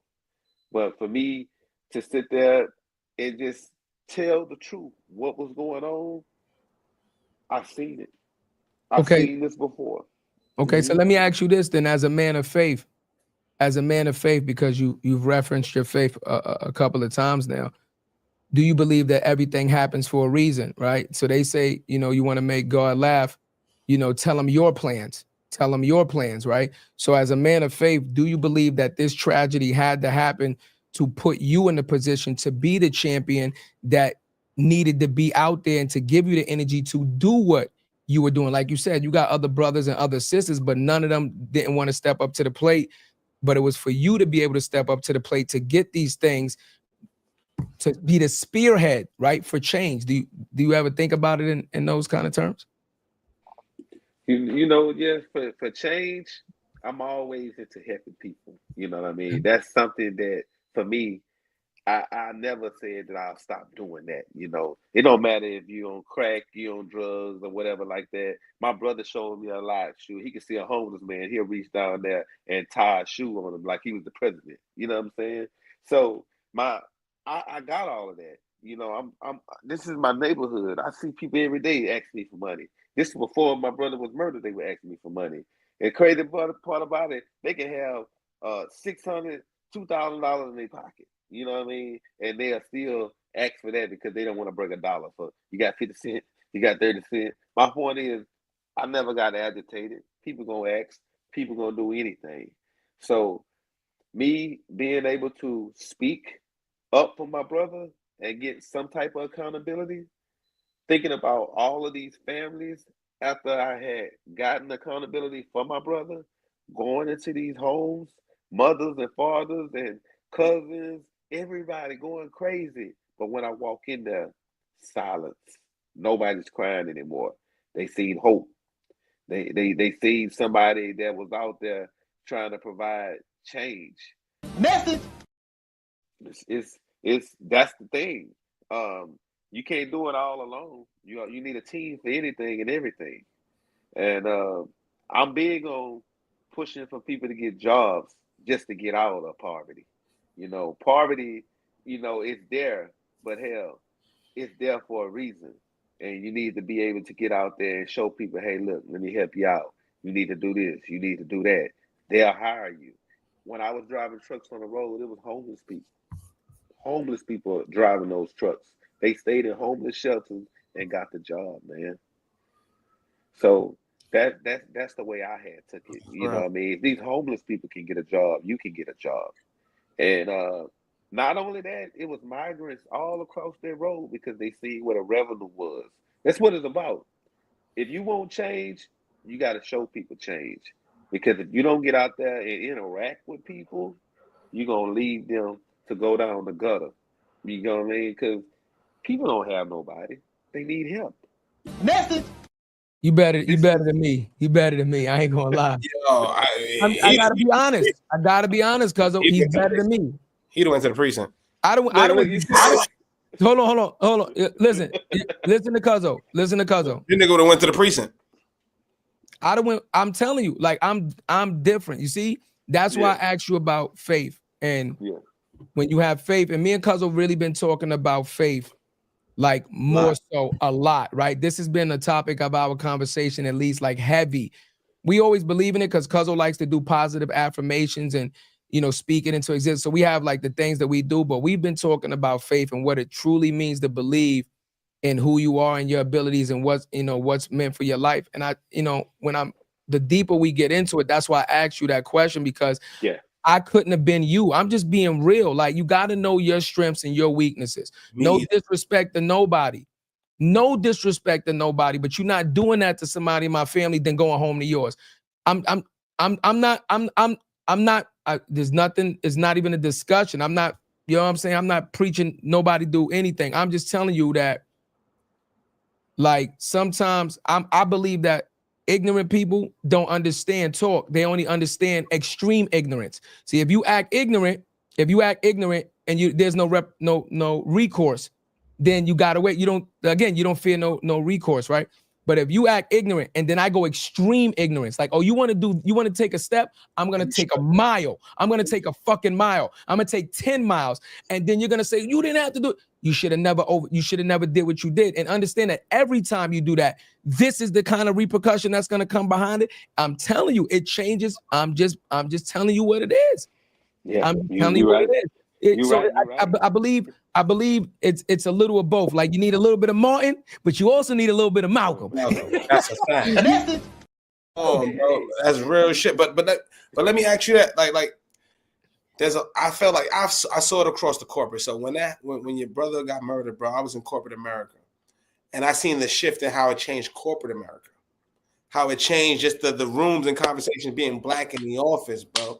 So I'm curious, some of the people that showed up and showed out for you, and who are some of the people that dropped off? If you don't want to say who some people that dropped off, but I want to know for real because there's no playbook to this, and you guys did this shit exceptionally. Dealing with the grief, dealing with your emotions, dealing with the spotlight, dealing with a lot of shit. People with their hands out, people want to help you. Yo, go over here, go over there, go over here. And True spoke about that. True came on the podcast last week and spoke heavily about you, bro. Heavily about you.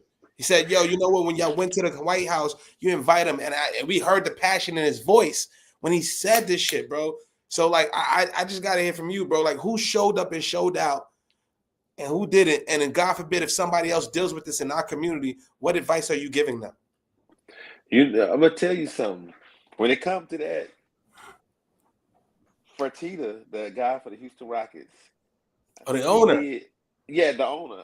He went to University of Houston too. I didn't have the opportunity to be, I think, bussed, because I think he did the bussing part. United Airlines flew him down there for free. Everybody. They flew everybody for free.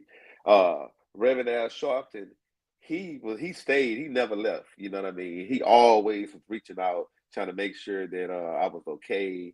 He knew what I was going through. He done been around so many families already.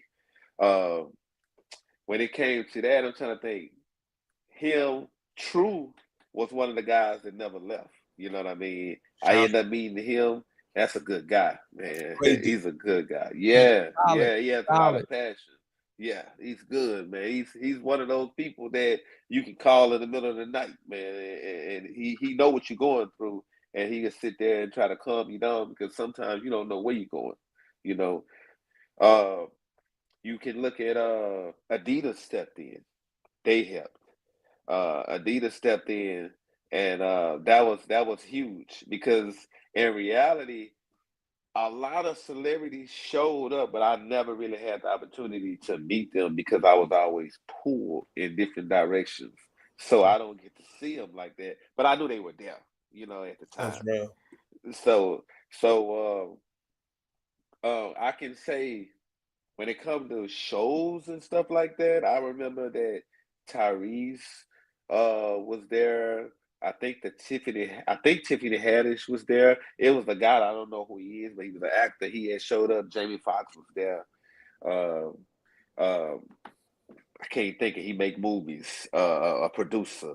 I think he went to what is it, Florida A&M University. FAMU. Yeah, I think he went there. I can't think of his name. Okay. He was there. You had man, I just had it right. I had a minute just like that. He was there. But if you go from there, you had Will Packer. Yeah, Packer was there. Yeah, he was there. You had, besides, I'm trying to think of there's a lot of different singers that showed up. Right. But you don't get to see these same people anymore. I don't know who donated or whoever helped or whatever like that. I salute anybody around the world who put anything into what happened with George. I distributed the funds to my family members and stuff like that, to my brothers and sisters. Some, man, I don't even know how some of the family members even got some money, but they end up getting it, you know what I mean? And they ain't supposed to get the money. It's supposed to be my sisters and brothers, you know what I mean? You're too seasoned. He's too real. He's too real, bro.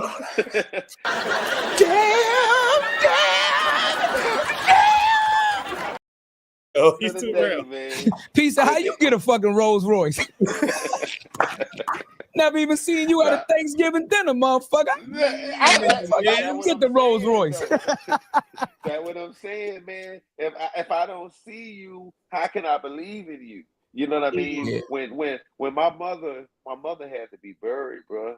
I was going through something because I had a lot of stuff going on with a lot of people in my family, and I had made a nice amount of money, but we still needed help bury my mother. So I went and did all that. I ended up taking all my rent money plus all the other money I had to help invest in and stuff like that. A lot of people had what's policies on my mother, but they didn't own up and they didn't speak up on a lot of that. They just wanted to keep their money or whatever they got or whatever like that. So my mom ended up staying in the morgue for a little bit. The lady had gave me the opportunity to do it, so I did it, and nobody really cared. I'm like, y'all came down here to see your mother, to see your sister. I'm talking about uncles and all. You know what I mean? Like, one of them is Selwyn. Yeah, y'all know him or whatever like that. He came. He did a credit card, and then as soon as he left, he went and called and had the whatever they do when they had it taken off. The lady, you know what I'm saying? He paid some money down with his credit card and called and had it reversed. You know what I mean? It's a lot of stuff. You know, it's a lot of people. That's crazy. Yeah. And, you know, but they'll get out there and then they'll act like they special people, and they really not special people, like they say they are. Then they'll lie and say, "Oh, I was with." No, you wasn't. You wasn't with him. You know what I mean? Come on. And the thing about all that still stands is when y'all stepped out. When my mother, you didn't want to help with her, but as soon as George was murdered, now y'all all family. You wasn't family when your sister, you know what I mean, was in a bad place. You wasn't family then, but why you family now? So this is what Message. Man. well, people are not going to speak up and be real. You know, real is real and fake is fake. If you follow my guidelines, you won't make the same mistake. You know what I mean? Message. He got balls. Hey. Remember he said he spin got them balls. balls. There was a ball right there. Hey, There was a ball right there. They say blood is thicker than water, but how Yeah. thick is your blood? Is it Right. thicker than the mud that I'm made from? You know what I mean?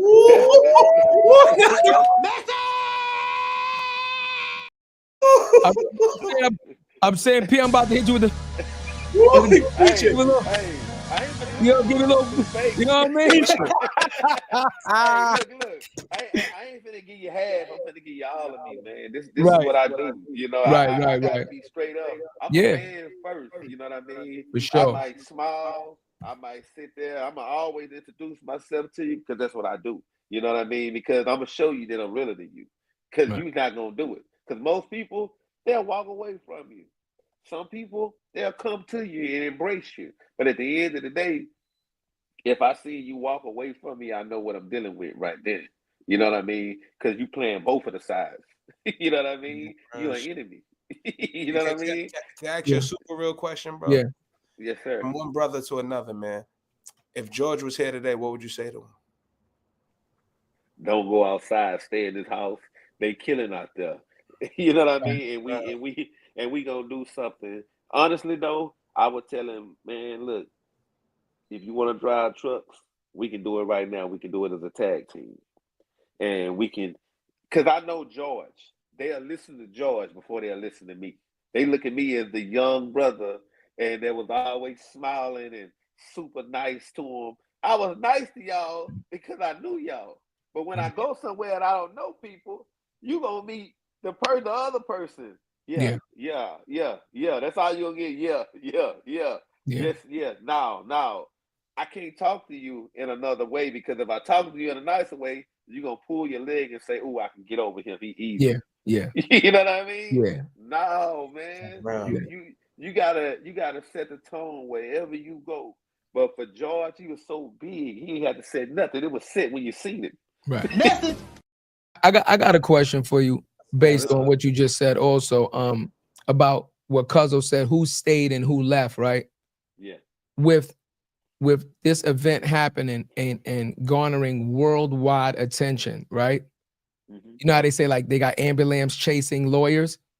Yeah. How did you deal with, and now you're thrust onto TVs and you're doing interviews and stuff. How did you sort through the people that you felt like really wanted to get your message out, right? No clickbait, no scandal. We want to hear your message. We want to hear, the truth, right? How did you sort through those people with the people that was obviously just jumping on the bandwagon because it was the hottest news event and they wanted the ratings and they wanted the clout. What was that process like? Well, I'm gonna tell you, Don Lemon was, to me, was the best out of all of them. Okay. You know what I mean? Okay. I'm talking about every night, Don, he was like, I want you on this show every Okay. night. Because, you know, he come from Louisiana, so he seen it Right. all. You know what I Right. mean? That's one of the worst places to go to. Right. Hell, right now, man, they got a lot of stuff going on in Louisiana. When it comes to from that, I even did one or two times on Fox. You know what I mean?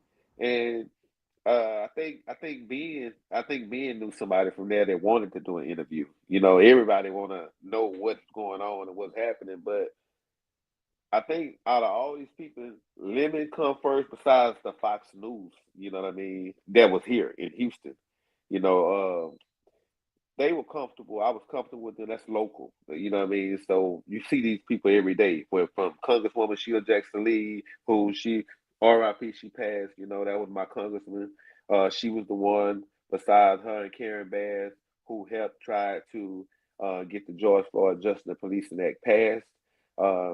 It didn't pass. It passed in the House, but it didn't pass in the Senate. You know, but that's something that I truly love her to death, and I think about her all the time. And the crazy part about it, yesterday I was inside 1919 Smith Federal Building, and they told me when I got in, they said, I'm going to send somebody down to come get you. Why I got to stand right there where she used to do all the speaking at. That right there, man, I'm like, God, man, I can't take this, man. I Right. lost her, I lost my brother, I lost my mother, I lost everybody because she was like a mother to me.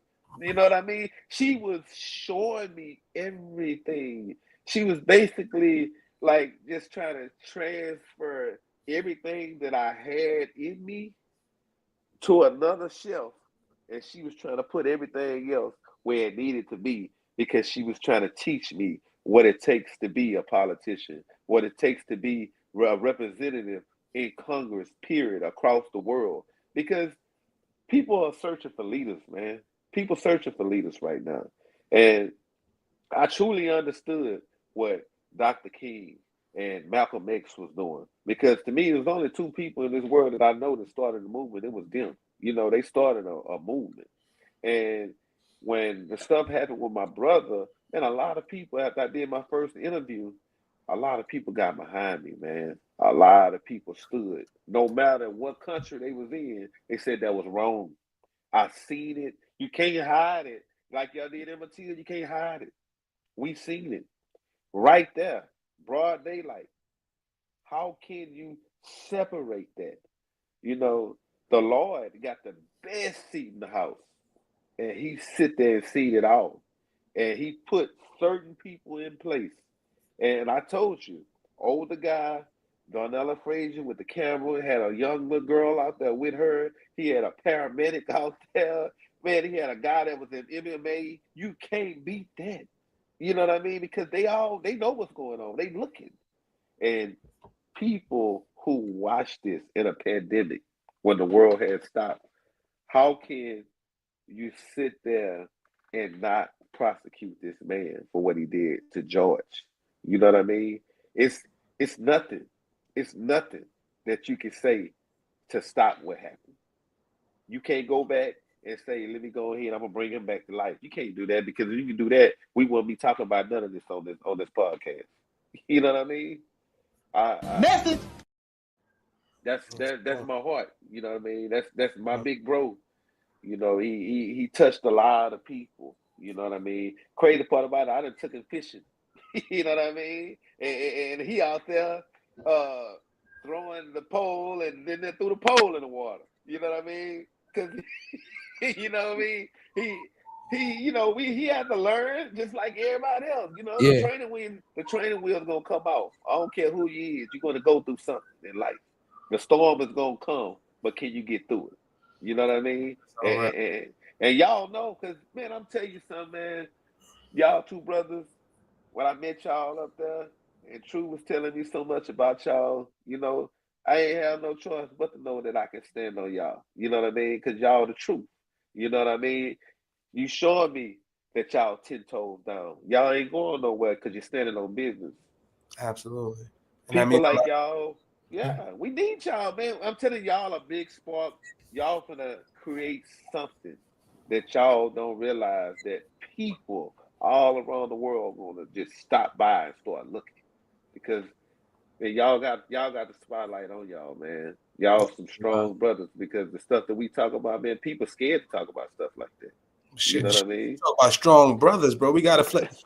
As a brother, I'm like I said, bro. I love my brother, man. I couldn't imagine having to deal with everything you dealt with, bro. Everything that you went through. But like I said, bro, like the way that you handled it with grace, man. The way you went through the fuck shit. The way that it humanizes the story. You coming on the day. We need these stories, bro.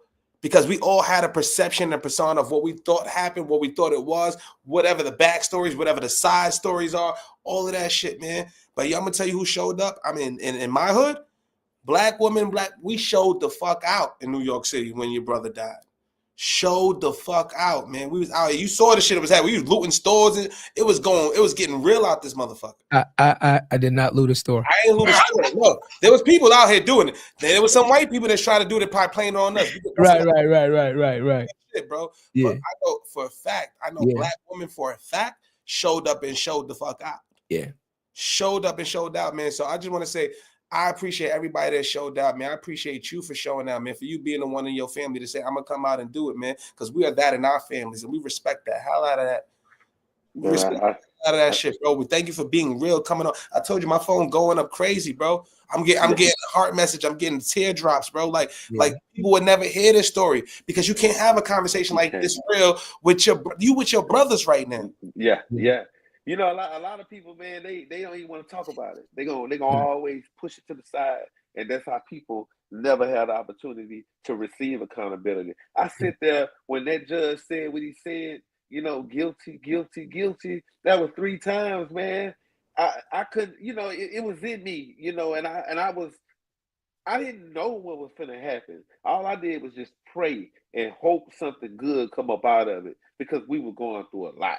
You know what I mean? Speaking every day, I'm doing this. I have to go here. I have to go there. I'm flying here. And next thing you know, for the things that happened, man, I seen Rev crying. I seen a lot of people that were wrong because Reverend Al Sharpton, he was crying. And he said, man, I never in my life seen it. He been doing this, fighting for people all this time. He said, I've never seen this in my life, that we get some type of accountability. And all the people that I meet when I'm going to the stores, and then people, they know who I am. They come up to me and they ask me questions, be like, how's this? Are you okay? Are you this? Man, I feel bad for you, man.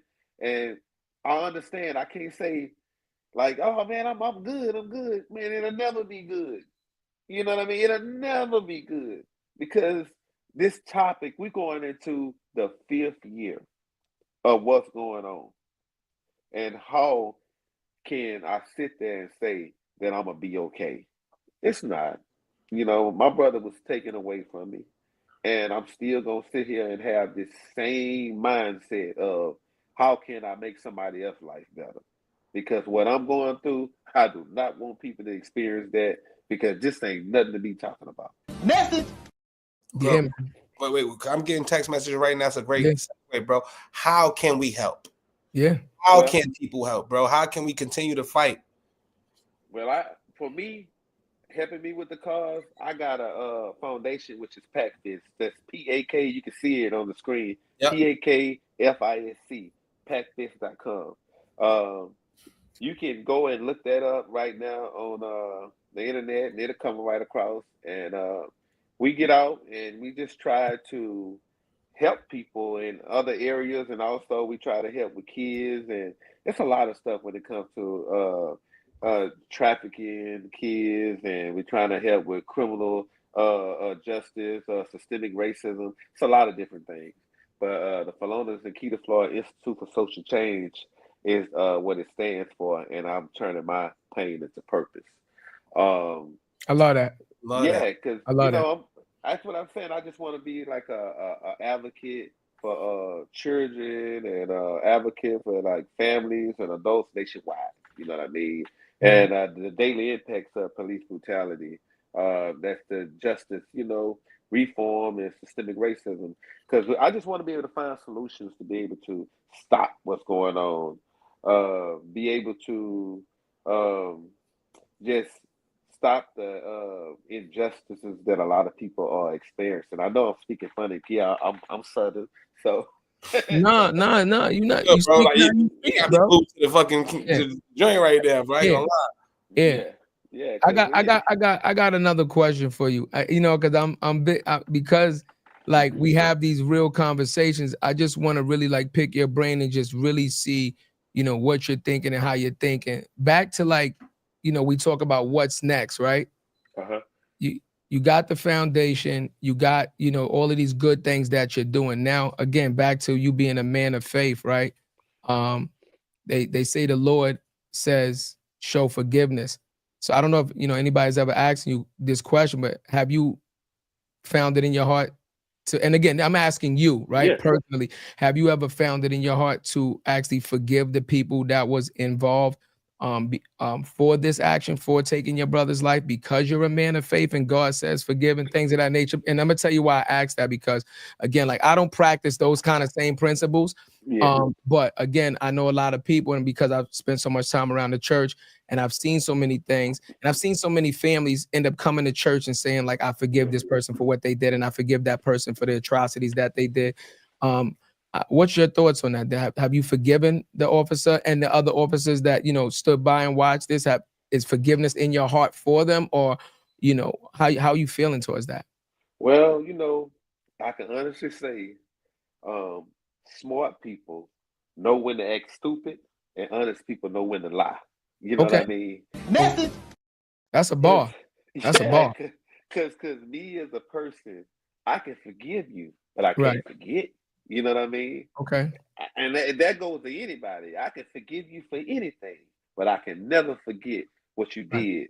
You destroyed my life. You know what I mean? Right. And there's nothing that you can do to change the fact that was the demoralizing thing to not just me, to other people who've seen it. Man, I can tell you, man, my words, man, they have power. Absolutely. And I would use them to build and not destroy. You know what I I mean? love that. Message. Love that. That's the way that I look at it. I want to be able to help, and that's why I keep saying these trades, man. Right. It's a lot of stuff going on. This technology that's coming out. It's a lot of stuff that we need to be channeling to our young children and these young adults. They need to know what's going on in life. They need somebody to talk to them and teach them, because at the rate with me, I can tell you again, I can forgive you, but I can't forget. And that goes from family members or anybody. You know what I mean? Because you know what you did, and you can never take that back. You know what I mean? Again, I give you a respect. You're a better man than me. I can't forgive something like that. Yeah, Again, like I said, that's why I asked you that as a again, this is why I don't follow certain religions, because I'm not going by certain guys. I'm not doing that. I'm just wired different. I'm just being honest. Like, me and my cousin, we it doesn't matter what we went through financially, growing up, economically. We are rooted in family. We are rooted in principles and morals, foundation, right? So, like you said, right, you were trained, and you had years of experience on the job. You knew exactly what you was doing. Right? So you did what you did on purpose. I'm not forgiving that. You understand what I'm saying? And I would never get on TV and, in my opinion, like disrespect myself by even allowing those words. I don't give a fuck what you're paying me or what kind of media is gonna go. I would never say I forgive you for, like you said, destroying my family, destroying. You destroyed not only the family, but again, we reacted as a community because you sent a message to our community. You see, you broke something within the community. Like, certain things are just not forgivable. Message. I asked you that question, but I appreciate your earnest answer to that, and that's why you're in. Again, that's why it was you and not your brothers. That's why it's you. That's why it was you. Now you understand why I asked these questions, just to kind of, help bring more light for understanding for you of that's why you were chosen for this role. At that time, you know what I mean? Something like that happens, your brain is everywhere. Yeah. You don't know what's going on. Yeah. You know, and then on my other end, my sister, she went on TV and said that she forgives Chauvin for what he did and Right. stuff like that. And I was like, wow. You know Right. what I mean? Because like I just told you, I can forgive anybody, but I can't Right. forget. Right. So it's basically like my eyes are always open because I don't know what you're gonna do. Right. But the fact still stands that I lost my brother. She lost her brother. And for her to say what she said, to me that's huge. Because to me, I'm telling everybody, man, speak up if you witness injustice. Don't Right. let what happened to my brother happen to your brother. Right. Man, I love hey it. man, I love it. look, laws are put in place to protect citizens. And I don't know if y'all seen it. They weren't protecting nobody that day. You know what I mean? That right there, mm-mm. I Yeah. can't. I can never get over that. You Yeah. know, you in the laws that we make in society, we can't just make laws for the elite and the chosen. We got to make laws for the people. Message. They get out there and vote. You know what I mean? Come on, bro. Talk to him, bro. But then, but talk about the law though too, bro. Because you guys went to the White House. What was that process like? Because I'm gonna tell you, before you even answer, I've seen a lot of bills, a lot of laws passed for other cultures, and not us. For a lot less. For a lot less, bro. So, like, what was that process of getting to the White House, trying to move it, like, and what can we do to still get this passed? At the end of the day, you got to win the House and you got to win the Senate.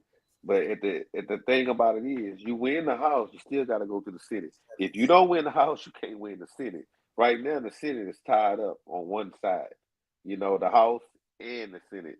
There's nobody in there that's going to be willing to probably pass anything that's going to swing anything for people of color.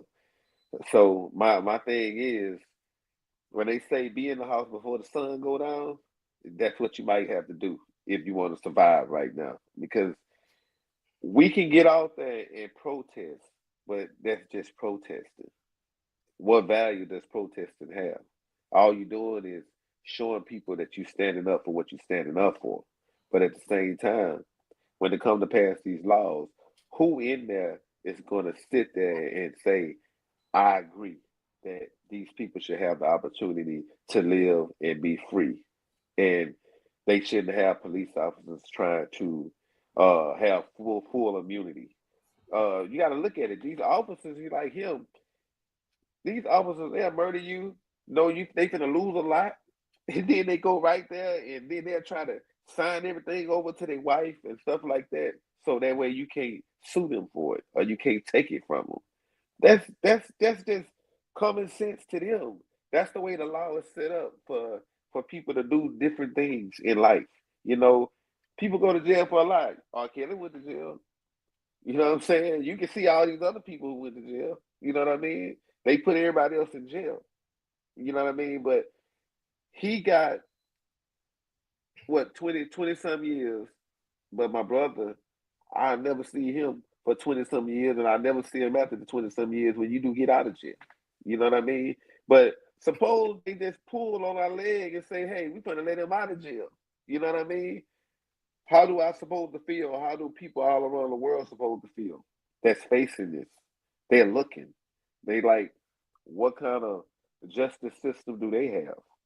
You know what I mean? That's the bottom line. Going in there, you go into this building and this building, and when you do get in the building, the stuff that was messing with me was it was police everywhere. They was all on top of the roof. They was all before you get in there. When you get in there, it's police officers everywhere. You have people with cameras lined up. Everybody want to have you on camera, and they want to ask you a question. And you go from this hallway to the next hallway. They all over there, and this hallway they over here. I couldn't even go use the restroom. They were running trying to go into the restroom. You know what I mean? But the stuff that was going on, the White House, wherever it is, it's police everywhere. You know what I mean? So all you got to do is just open up and see what I'm talking about. Can't nothing happen there. Ain't nobody gonna get away with nothing over there. and you see what was going on with all the insurrectionists and all that stuff like that. All that stuff was weird to me because when Joe came down here to see me, he had police everywhere then. You know what I mean? They on top of roofs and everywhere. You know what I mean? That's real. It shows you what's going on, but you just gotta pay attention to Message. Me. I don't know when I'll be in the White House again because they got a whole nother administration. But at the end of the day, you know, I still care about people. I want people to be able to survive, and it don't matter if they white, black, brown, purple, whatever it is. You know, you're still a human, and your life matters. You still need respect. You know what I mean? So That's a fact, man. yeah. I gotta ask you another real question, bro, if you don't mind, bro. Like during the protests and all that stuff, we usually ask our guests a mama made it moment. Was there a moment that you looked around yourself and be like, big bro, you changed the world? What was that moment for you? Gigi said that. Gianna, she said, my daddy gonna change the world. Absolutely. And he changed the world. You know what I mean? You got to understand that when you think about that, Ahmaud Arbery was the charcoal. Breonna Taylor, she was the lighter fluid. And George was the flame that set this world on fire. Everybody was jumping up for joy when he got some accountability. And all of these people, man, and it's with them today. They still look at George. You can't never take that away. You'll never be able to take the, no matter how you put it. Kids seen it and they went to asking their parents, no matter what ethnicity they were, they went to ask their parents, why did he do that? Why did he do that? They asked over and over. Well, what can you say as a parent to your child? What can you tell? What can you tell your child? Because that's my point. You know, because I know your child's seen it, and he probably asks questions. You got kids too? Yeah, we both got 2 kids. We both got 2 boys, both of us. Yeah, and you got to think about it. What were your kids thinking? What were they asking? Because everybody got a phone. You know what I mean? These kids are smarter than what I was. I know that for sure because we didn't have phones. There wasn't no phones coming up when I was coming. You know what? Prime Code came out. You know, you remember Prime Code? No, I don't remember that. That's what I'm saying. Got too far, Biggs. that might be out my timeline. I'd have been with you. I mean, they call me Unc, but that might be a little out of my timeline as well. Hayes, don't you even say shit. I know you about to type some shit. Don't you say nothing. How old are y'all? I'm 36. I'm 45. What? Oh man, you in the timeline. You in the loop. You definitely in the timeline, nigga. Hey, I tried to give it a little bit ahead of me. All right, I'm there. But hey, he don't look like he's 45 though. That's a fact. He over there looking like Ed Reed. No, he really look like Carl Thomas. Oh, see, you're going too. Hate it. He really found out the living color. He's just stupid. I'm gonna tell you, there's a lot of people that's gonna watch this show.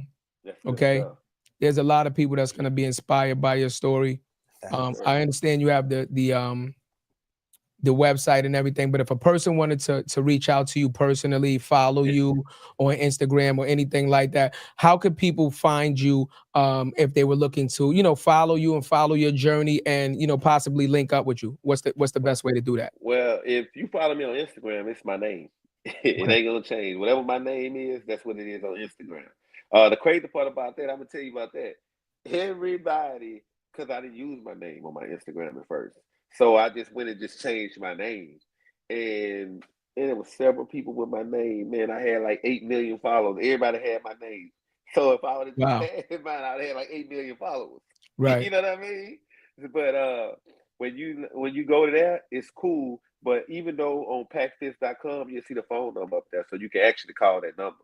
Okay. And it's easy to get in contact. And then you can also donate too at the same time. I got a toy drive coming up this Saturday on the 21st.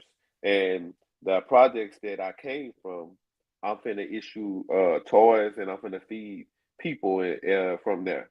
And the crazy part about all that is they finna get ready to tear it down and re-gentrify it, you know.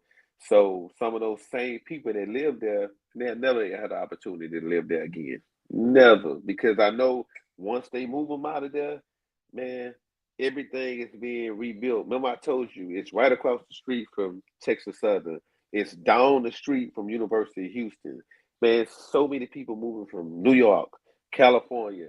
They're moving. They're building how you all build buildings. We had houses that took up the land. Everything is going up. They build and they go up, go up. Every house is up, 3 stories or 2 stories. You see what I'm saying? It's more they need to provide and get as much as they can on each piece of that land. You know what I mean? So, Packfist, Instagram. My name is on Twitter. You know, I really don't know too much about Twitter though, but you know what I mean. Ain't on it either. It's all good. I ain't fucking with Twitter.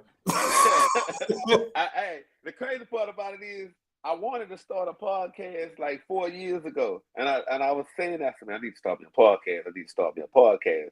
It was so many people that I could have got because everybody had problems, but you had the opportunity to be able to show a lot when you're on a podcast, just like y'all doing. Y'all get to speak to so many people. Well, can I say something to you, bro? Well, yes, now sir. this is your podcast as well, bro. So what we do is we have a lot of our friends come through. We've had the middleweight champ Peter Quillen come on. Well, we have athletes and boxers come on. He's our co-host. When we have certain people on, bro, I would love to have you as our social justice person. Like we're about to have the president of Black Lives Matter come on. We'd love Absolutely. Right. We'd what love would that conversation look like? Right. Let's have that conversation. Right. Let's see what that looks like. Right. Yeah. And it's a new sister. She's a new sister, just got onto the scene. She's taking over. She's trying to revamp, rebrand. Cicely, shout out to Cicely. She's doing great things from what I've seen. So I'd love to have this open dialogue, and we'd love to have you back, brother. So this is your podcast, and we're going to help you start yours. Yeah, yeah. Straight That's up. good stuff. That's good stuff. Have y'all ever spoke to Terrence? To who? Terrence Floyd? No. Yeah, he's in New York. Oh, is he? Yeah. One of these days, if you ever do it again, I can put him up there and he's gonna tell you his side. You know what I mean? Everything. We'd love to have that. Why not? Yeah. You New York, we'll pull up to him. We could do it in person. Pull right up on him. We'll pull up right to him. Right. But it's crazy. It's like I just want to call him so bad. But like, hey man, you all looking at YouTube? Yeah. I want to tell you too. I would, please, I would like one of those shirts. Where could we support and get one of those shirts? How do we go about doing that? Is that from the website also? Pretty much. Remember the number that I was telling you that's up there? You call it, and all you got to do is give the information out. They will be able to tell you more, which is my wife. Okay. Okay. So you I love first, it. Yeah, you know what I mean? And she'll be able to tell you more because I know we got white ones and we got black ones. I started to come out with me some shorts, a sweatsuit, you know what I mean? Something like that. Hell, I'm gonna be honest with you, I really wanted a fishing shirt because I love fishing. When you come to New York, we're gonna get you some of this fucking nuclear active fish. I don't want nothing off the Simpsons with the 3 eyes. Damn right, you gonna eat the motherfucking lemon pepper it up. Here's the thing. After you eat the fish, you're gonna start having visions of you being in the water and the fish trying to catch you and shit. It's gonna be role reversal. You're hallucinating. The dude I promise you. This was the dude that used to smoke drugs, like smoke crack. He used to smoke crack all the time. He used to try to bring the fish that he caught at the wrong point. You don't supposed to eat it at. Right. He tried to sell it to people. And I remember the dude I was going fishing with. He said, "Oh man, I remember him. I used to smoke with him a long time back in the day. You like that?" He told me that he said, "Boy, you eat that, you're gonna be barking at the moon all night long." He come try to. I'm gonna tell you right now. If he come try to sell me some of that fish, I'm gonna be like, "What the is wrong with this guy? Am I kidding me?" What's wrong with this guy? What's wrong with this guy, man? I love it, man. You come to New York, we going fishing, bro. Make sure, please come into something. Whenever you come to New York, you got brothers in New York. red carpet, whatever you need, man. And you're a part of the More Than Entitled family, bro. Absolutely. Anybody we've spoken to in the past or that we will speak into the future, you have direct access to. That's it. It's no gatekeeping. It's no nothing. You just be like, yo, Jay, Chadeo, I saw you spoke to such and such. Can I get in touch? It's done the next day. Yeah. That's how we move, bro. So please utilize that. You have brothers here in New York. We can't wait to continue to build with you, bro. And I'm just going to tell you, this is our 99th episode of the year. It was a grueling year, man. Me and my brother sacrificed so much to make this dream happen. For you to say the words that you said and share your story the way you have, man, it means the fucking world to us, man. And we appreciate you. We're honored to end off this year with your story, bro, because it impacted all of us. And we're going to keep the story going. We're going to keep your brother's name alive. We're going to keep the Floyd name alive, bro. And just keep doing what you're doing, man, because I'm fucking inspired just hearing your story, man. Straight up. Thank you. I thank you so much, man. I've been through a whole bunch of avenues throughout life, man. I come from the projects. You know, I'm a hustler, man. I can sell water to a well. You know what I mean? Yeah, it is.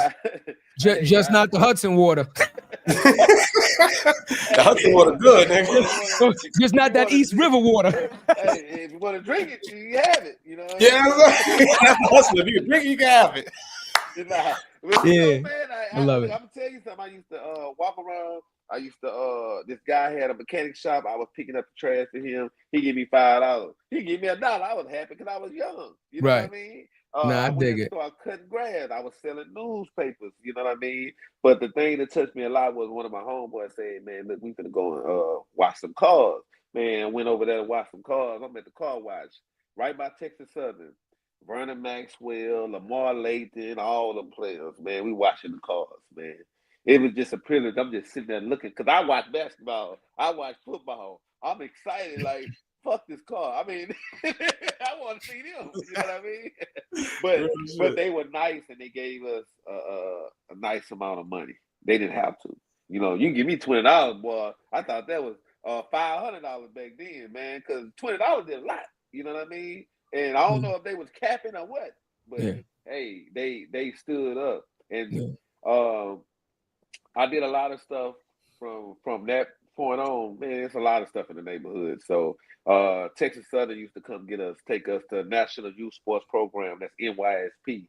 Man, some same players. Lamar Lathan, Lorenzo White, he was a running back. It was a lot of players that came there. They used to give us time. They used to have cotton candy. That's the first time I ever seen cotton candy. It still used to be the thing. You know what I mean? Yeah. You know what I mean? I was happy. You know what I mean? I'm like, I'm black, man. I'm right there at the project, man. When I go home, shoot, man. Say my mama had food, but everybody ain't have no food. You know what I mean? So I know where they coming. They coming over there. They want to play the video game, or they want to say Miss Sissy. That's my mama's name. That's what they call it, Miss Sissy. Yeah. And I'm talking about where I came from. You can leave your door unlocked when nobody coming in it, man. Listen, I got to stop you right there. I live in suburbia, and I triple lock my doors. I don't give a fuck. You don't lock your shit. Be looking like that right now. I tell you, 85% law enforcement. I don't give a fuck. These doors stay locked. Ask anybody come. You lock that door. You close that garage. Because I just told you I don't have your same energy. You can make it in, and you might get in, and getting out. Yeah, that's the hard part. I'm not coming home like, why are you in my house, man? Who are you? Yeah, I'm not doing that. That's too much talking. Like you here? You don't belong here. Yeah, good luck. Clean up on aisle 3. Clean up on aisle 3. We got to spill on aisle 4. But listen, bro. Like I said, we appreciate you so much. Please, if you could take anything away from it, take away. Like my cousin said, you're now a part of the family. We're telling you, utilize us, right?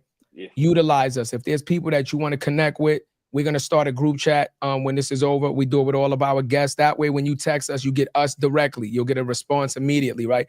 Utilize us because it's only throughout teamwork, right? And community and the communities working together as a culture, right? The village coming together like a village. That's the only way that we're going to, survive this thing. So ladies and gentlemen, with that being said, man, this is our 99th episode. Be clear. We will hit the 100th episode mark before the year is out. Yeah. Me and Cuz are gonna cook up something special for y'all, man. We still trying to plan it out for our 100th episode, but we appreciate you guys. And before we end off the show, you know how it goes, man. This man came on the show. He told you, and he just reiterated again how many jobs he had, how many different careers he had. He was never afraid to go out and get to it, which reiterizes what we say every single time when we end off this show. The dream is free. But the hustle is so separate. There it is. You know what I'm Let me help you with that. Let me help you with that. Let's go. You got more. Let's go. You got another one? Let's go. We got bars. I was about to hit that. Hold on, wait. I'm just saying. What we doing? You got bars or something like you? If the money is digital, then so is the I think we're gonna spin some bars. We're gonna throw the instrumental on for you.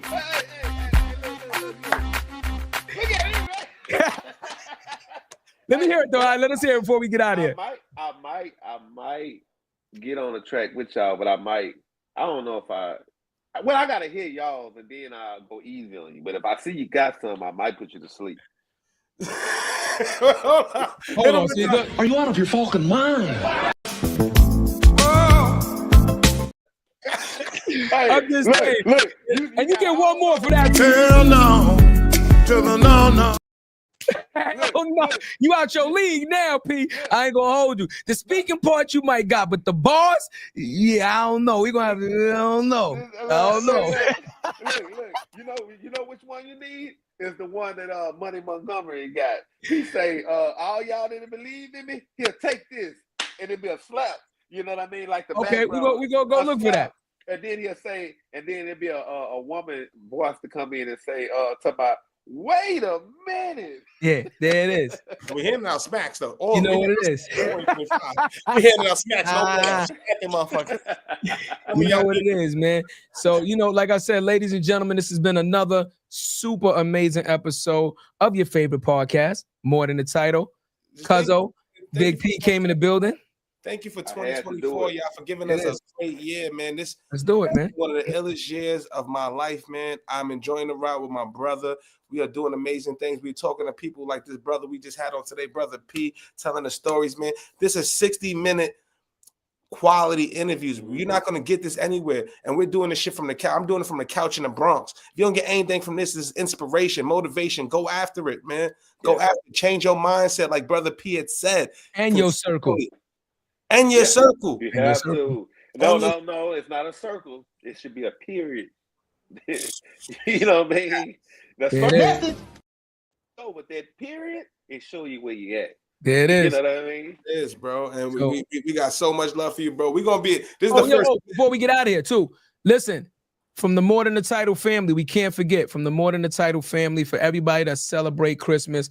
Happy holidays. We definitely don't want to skip that. Happy holidays from our family to your family. Once again, if you have loved ones and you celebrate this holiday, remember, it's not about gift giving. It's not about gift giving. It's taking the time to get with your loved ones and just embrace them, right? Because like Brother P, he doesn't get a chance to spend this Christmas with his brother, right? Yeah. His daughter doesn't get a chance to spend that Christmas with her father. So spend the time with your loved ones. That's what holidays are about. It's just really an excuse to get us back together, right? So leave all the superficial shit out. Let's get together. Let's enjoy each other. Let's make memories from the More Than the Title family. Cuz you got more? We out of here. We got to pay some bills. We'll be right back. Y'all better get some merch before niggas be celebrating Kwanzaa. We doing emoji this year. Fucking get some merch. Get your shirts, get your mugs, get your hats. Me and Cuz are doing emoji. Stop playing with your favorite podcast. I like that. I love emoji. Yo, it's crazy. Hey man, do me a favor. Coming up for Christmas, if you can, get you a banana mayonnaise sandwich. And if you can try that with bread, banana mayonnaise with the bread. Hell no. No. That is the most banana mayonnaise sound nasty. Now that sound nasty. I've never heard some shit. We poor, but that sound extra nasty. I ain't gonna hold you. Yo, you want raisins in your potato salad? Ain't y'all close to North Carolina? You put raisins in your potato salad? No. Chitlins with ketchup. That look like roasted. Hey, I don't eat no chitlins.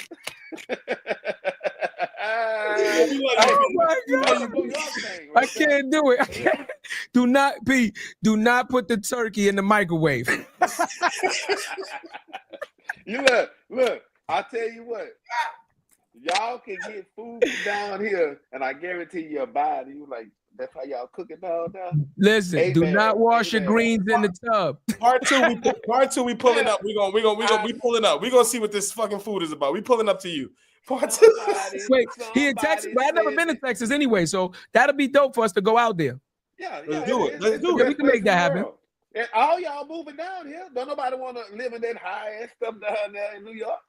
You ain't lying. It costs too much money. You ain't lying. You shitting me? I'm gonna tell you what I'm paying. I'm about to put the merch back up. Put the merch back up. The rent is high as fuck. I'm gonna tell you this. Wait, let me tell you this joke. In the Marines, we used to joke with guys that come from Texas, right? We had a joke when you mentioned that, huh? You're a jawhead. That's a fact. That's a fact. That's a fact. I'm a jawhead, certified. In the Marines, we used to tell our Texas guys, hey, listen, only two things come out of Texas. And they're like, what's that? We like stairs and queers, and you ain't got no horns. No. I'm gonna tell you something. I tell people all the time. I say when people think about Texas, they think about the horses and the cattle, but they don't think about the Land Rovers and the Lexuses out here. Oh okay. Yeah, we moving. I ain't mad at you. I ain't mad at you. When you come, I'm gonna tell you something. When you come down here, you always gotta remember, man. These are gonna be the people that you need to be looking at. In New York, when I first went to New York, everybody was bumping into you. You know what I mean? And one guy had, I say, hey, man. I say somebody just bumped into me. Oh, he said that's what they do. I gave everybody a pass. well, let me just put you on the game. Be careful with that shit. That's the pickpocket trick. No. That's the old school pickpocket trick. I bump you, and before you know it, that Rolex is gone. Oh, look. I'm just keeping it real with you. This the crazy part about it is when I go to New York, if I do have something on me, it's right there in front. And right there. I ain't got nothing behind. Yeah, don't give nobody no fucking pass. You gonna fuck around and pass out. You ain't gonna have nothing left with you. Now we're gonna have to ride out. Now you're gonna call us. We're gonna get it back for you. New York, man. Y'all got all the shows, y'all got all the time. The time with the Times Square, that's what it is. Yes, sir. People walking around with Superman suits on, Mario Brothers, and all that stuff. Man, I'm talking about when I first went to New York. He said, man, you want a picture? Yeah, I'll take a picture. $20. I ain't tell you I won't give you $20. Yeah, man. You better. I'm out here in this Spider-Man. And then he'll rob you. Spider-Man will rob you. You better get that nigga a 20. He was gonna take 40 from you. There you go. Well, Texas gave us the naked cowboy. With the guitar. Who was that? But nigga, he be out here in his drawers with a guitar. And a cowboy hat. Now, I'm going to tell y'all something. Why is y'all food? Who is cooking y'all food down there? Our food, shit. Everybody. You're a melting pot. You go to Chinese restaurant and Spanish people cooking it. You go to Spanish restaurant, you got Chinese people cooking it. It don't even matter no more. It's like whites cooking Jamaican food. Facts. Yeah, that's a fact. Boy, I tell you, y'all got it all down there. So New York, I'm gonna tell you something. New York, you go to Miami for a vacation, you go anywhere in Florida, watch all the people from New York down there on vacation. They just leave. You know what I mean? Yep. Down here right now, California.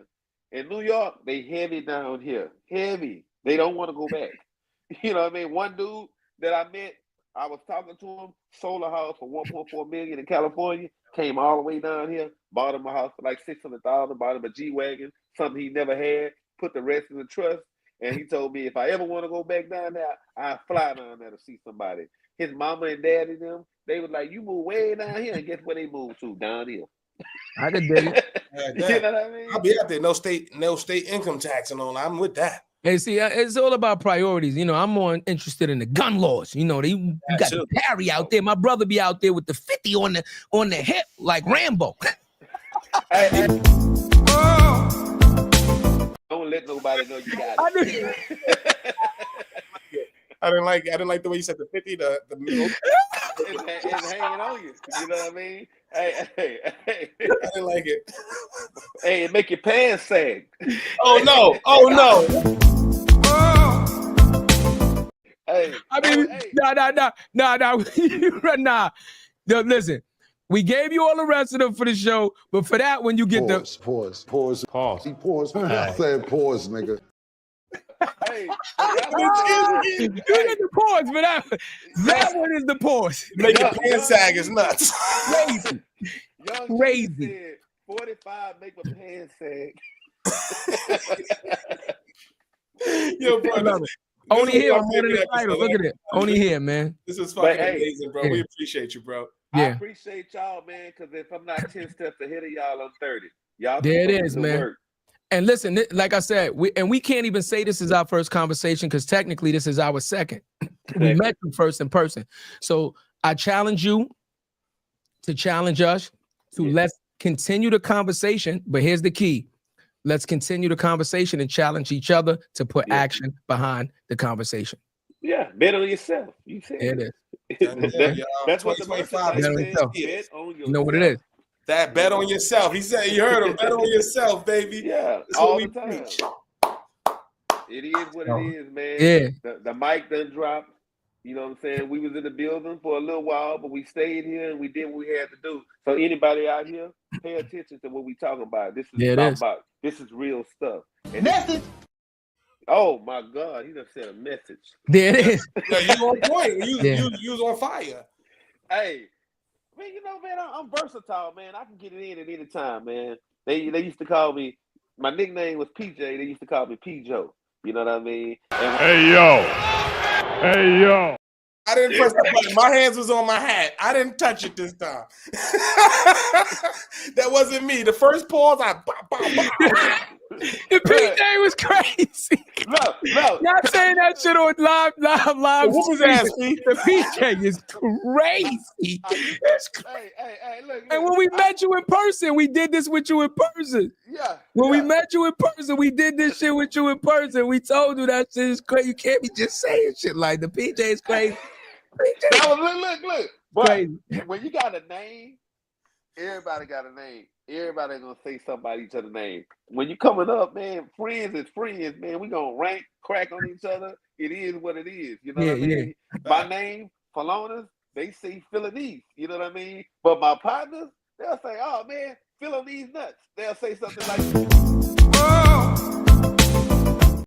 I didn't touch it again, but he was waiting for it. He didn't have it at Black Week. but look, after they say it, like, they'll say I knew it was coming up. But anybody else, right? They can't see it. They'll be like, "Nah, you can't see it, but we can see it." You know what I mean? You gotta be a real one. And like PJ, my nickname, they'll say, "Man, you know, we just crack jokes on each other." You know what I'm saying?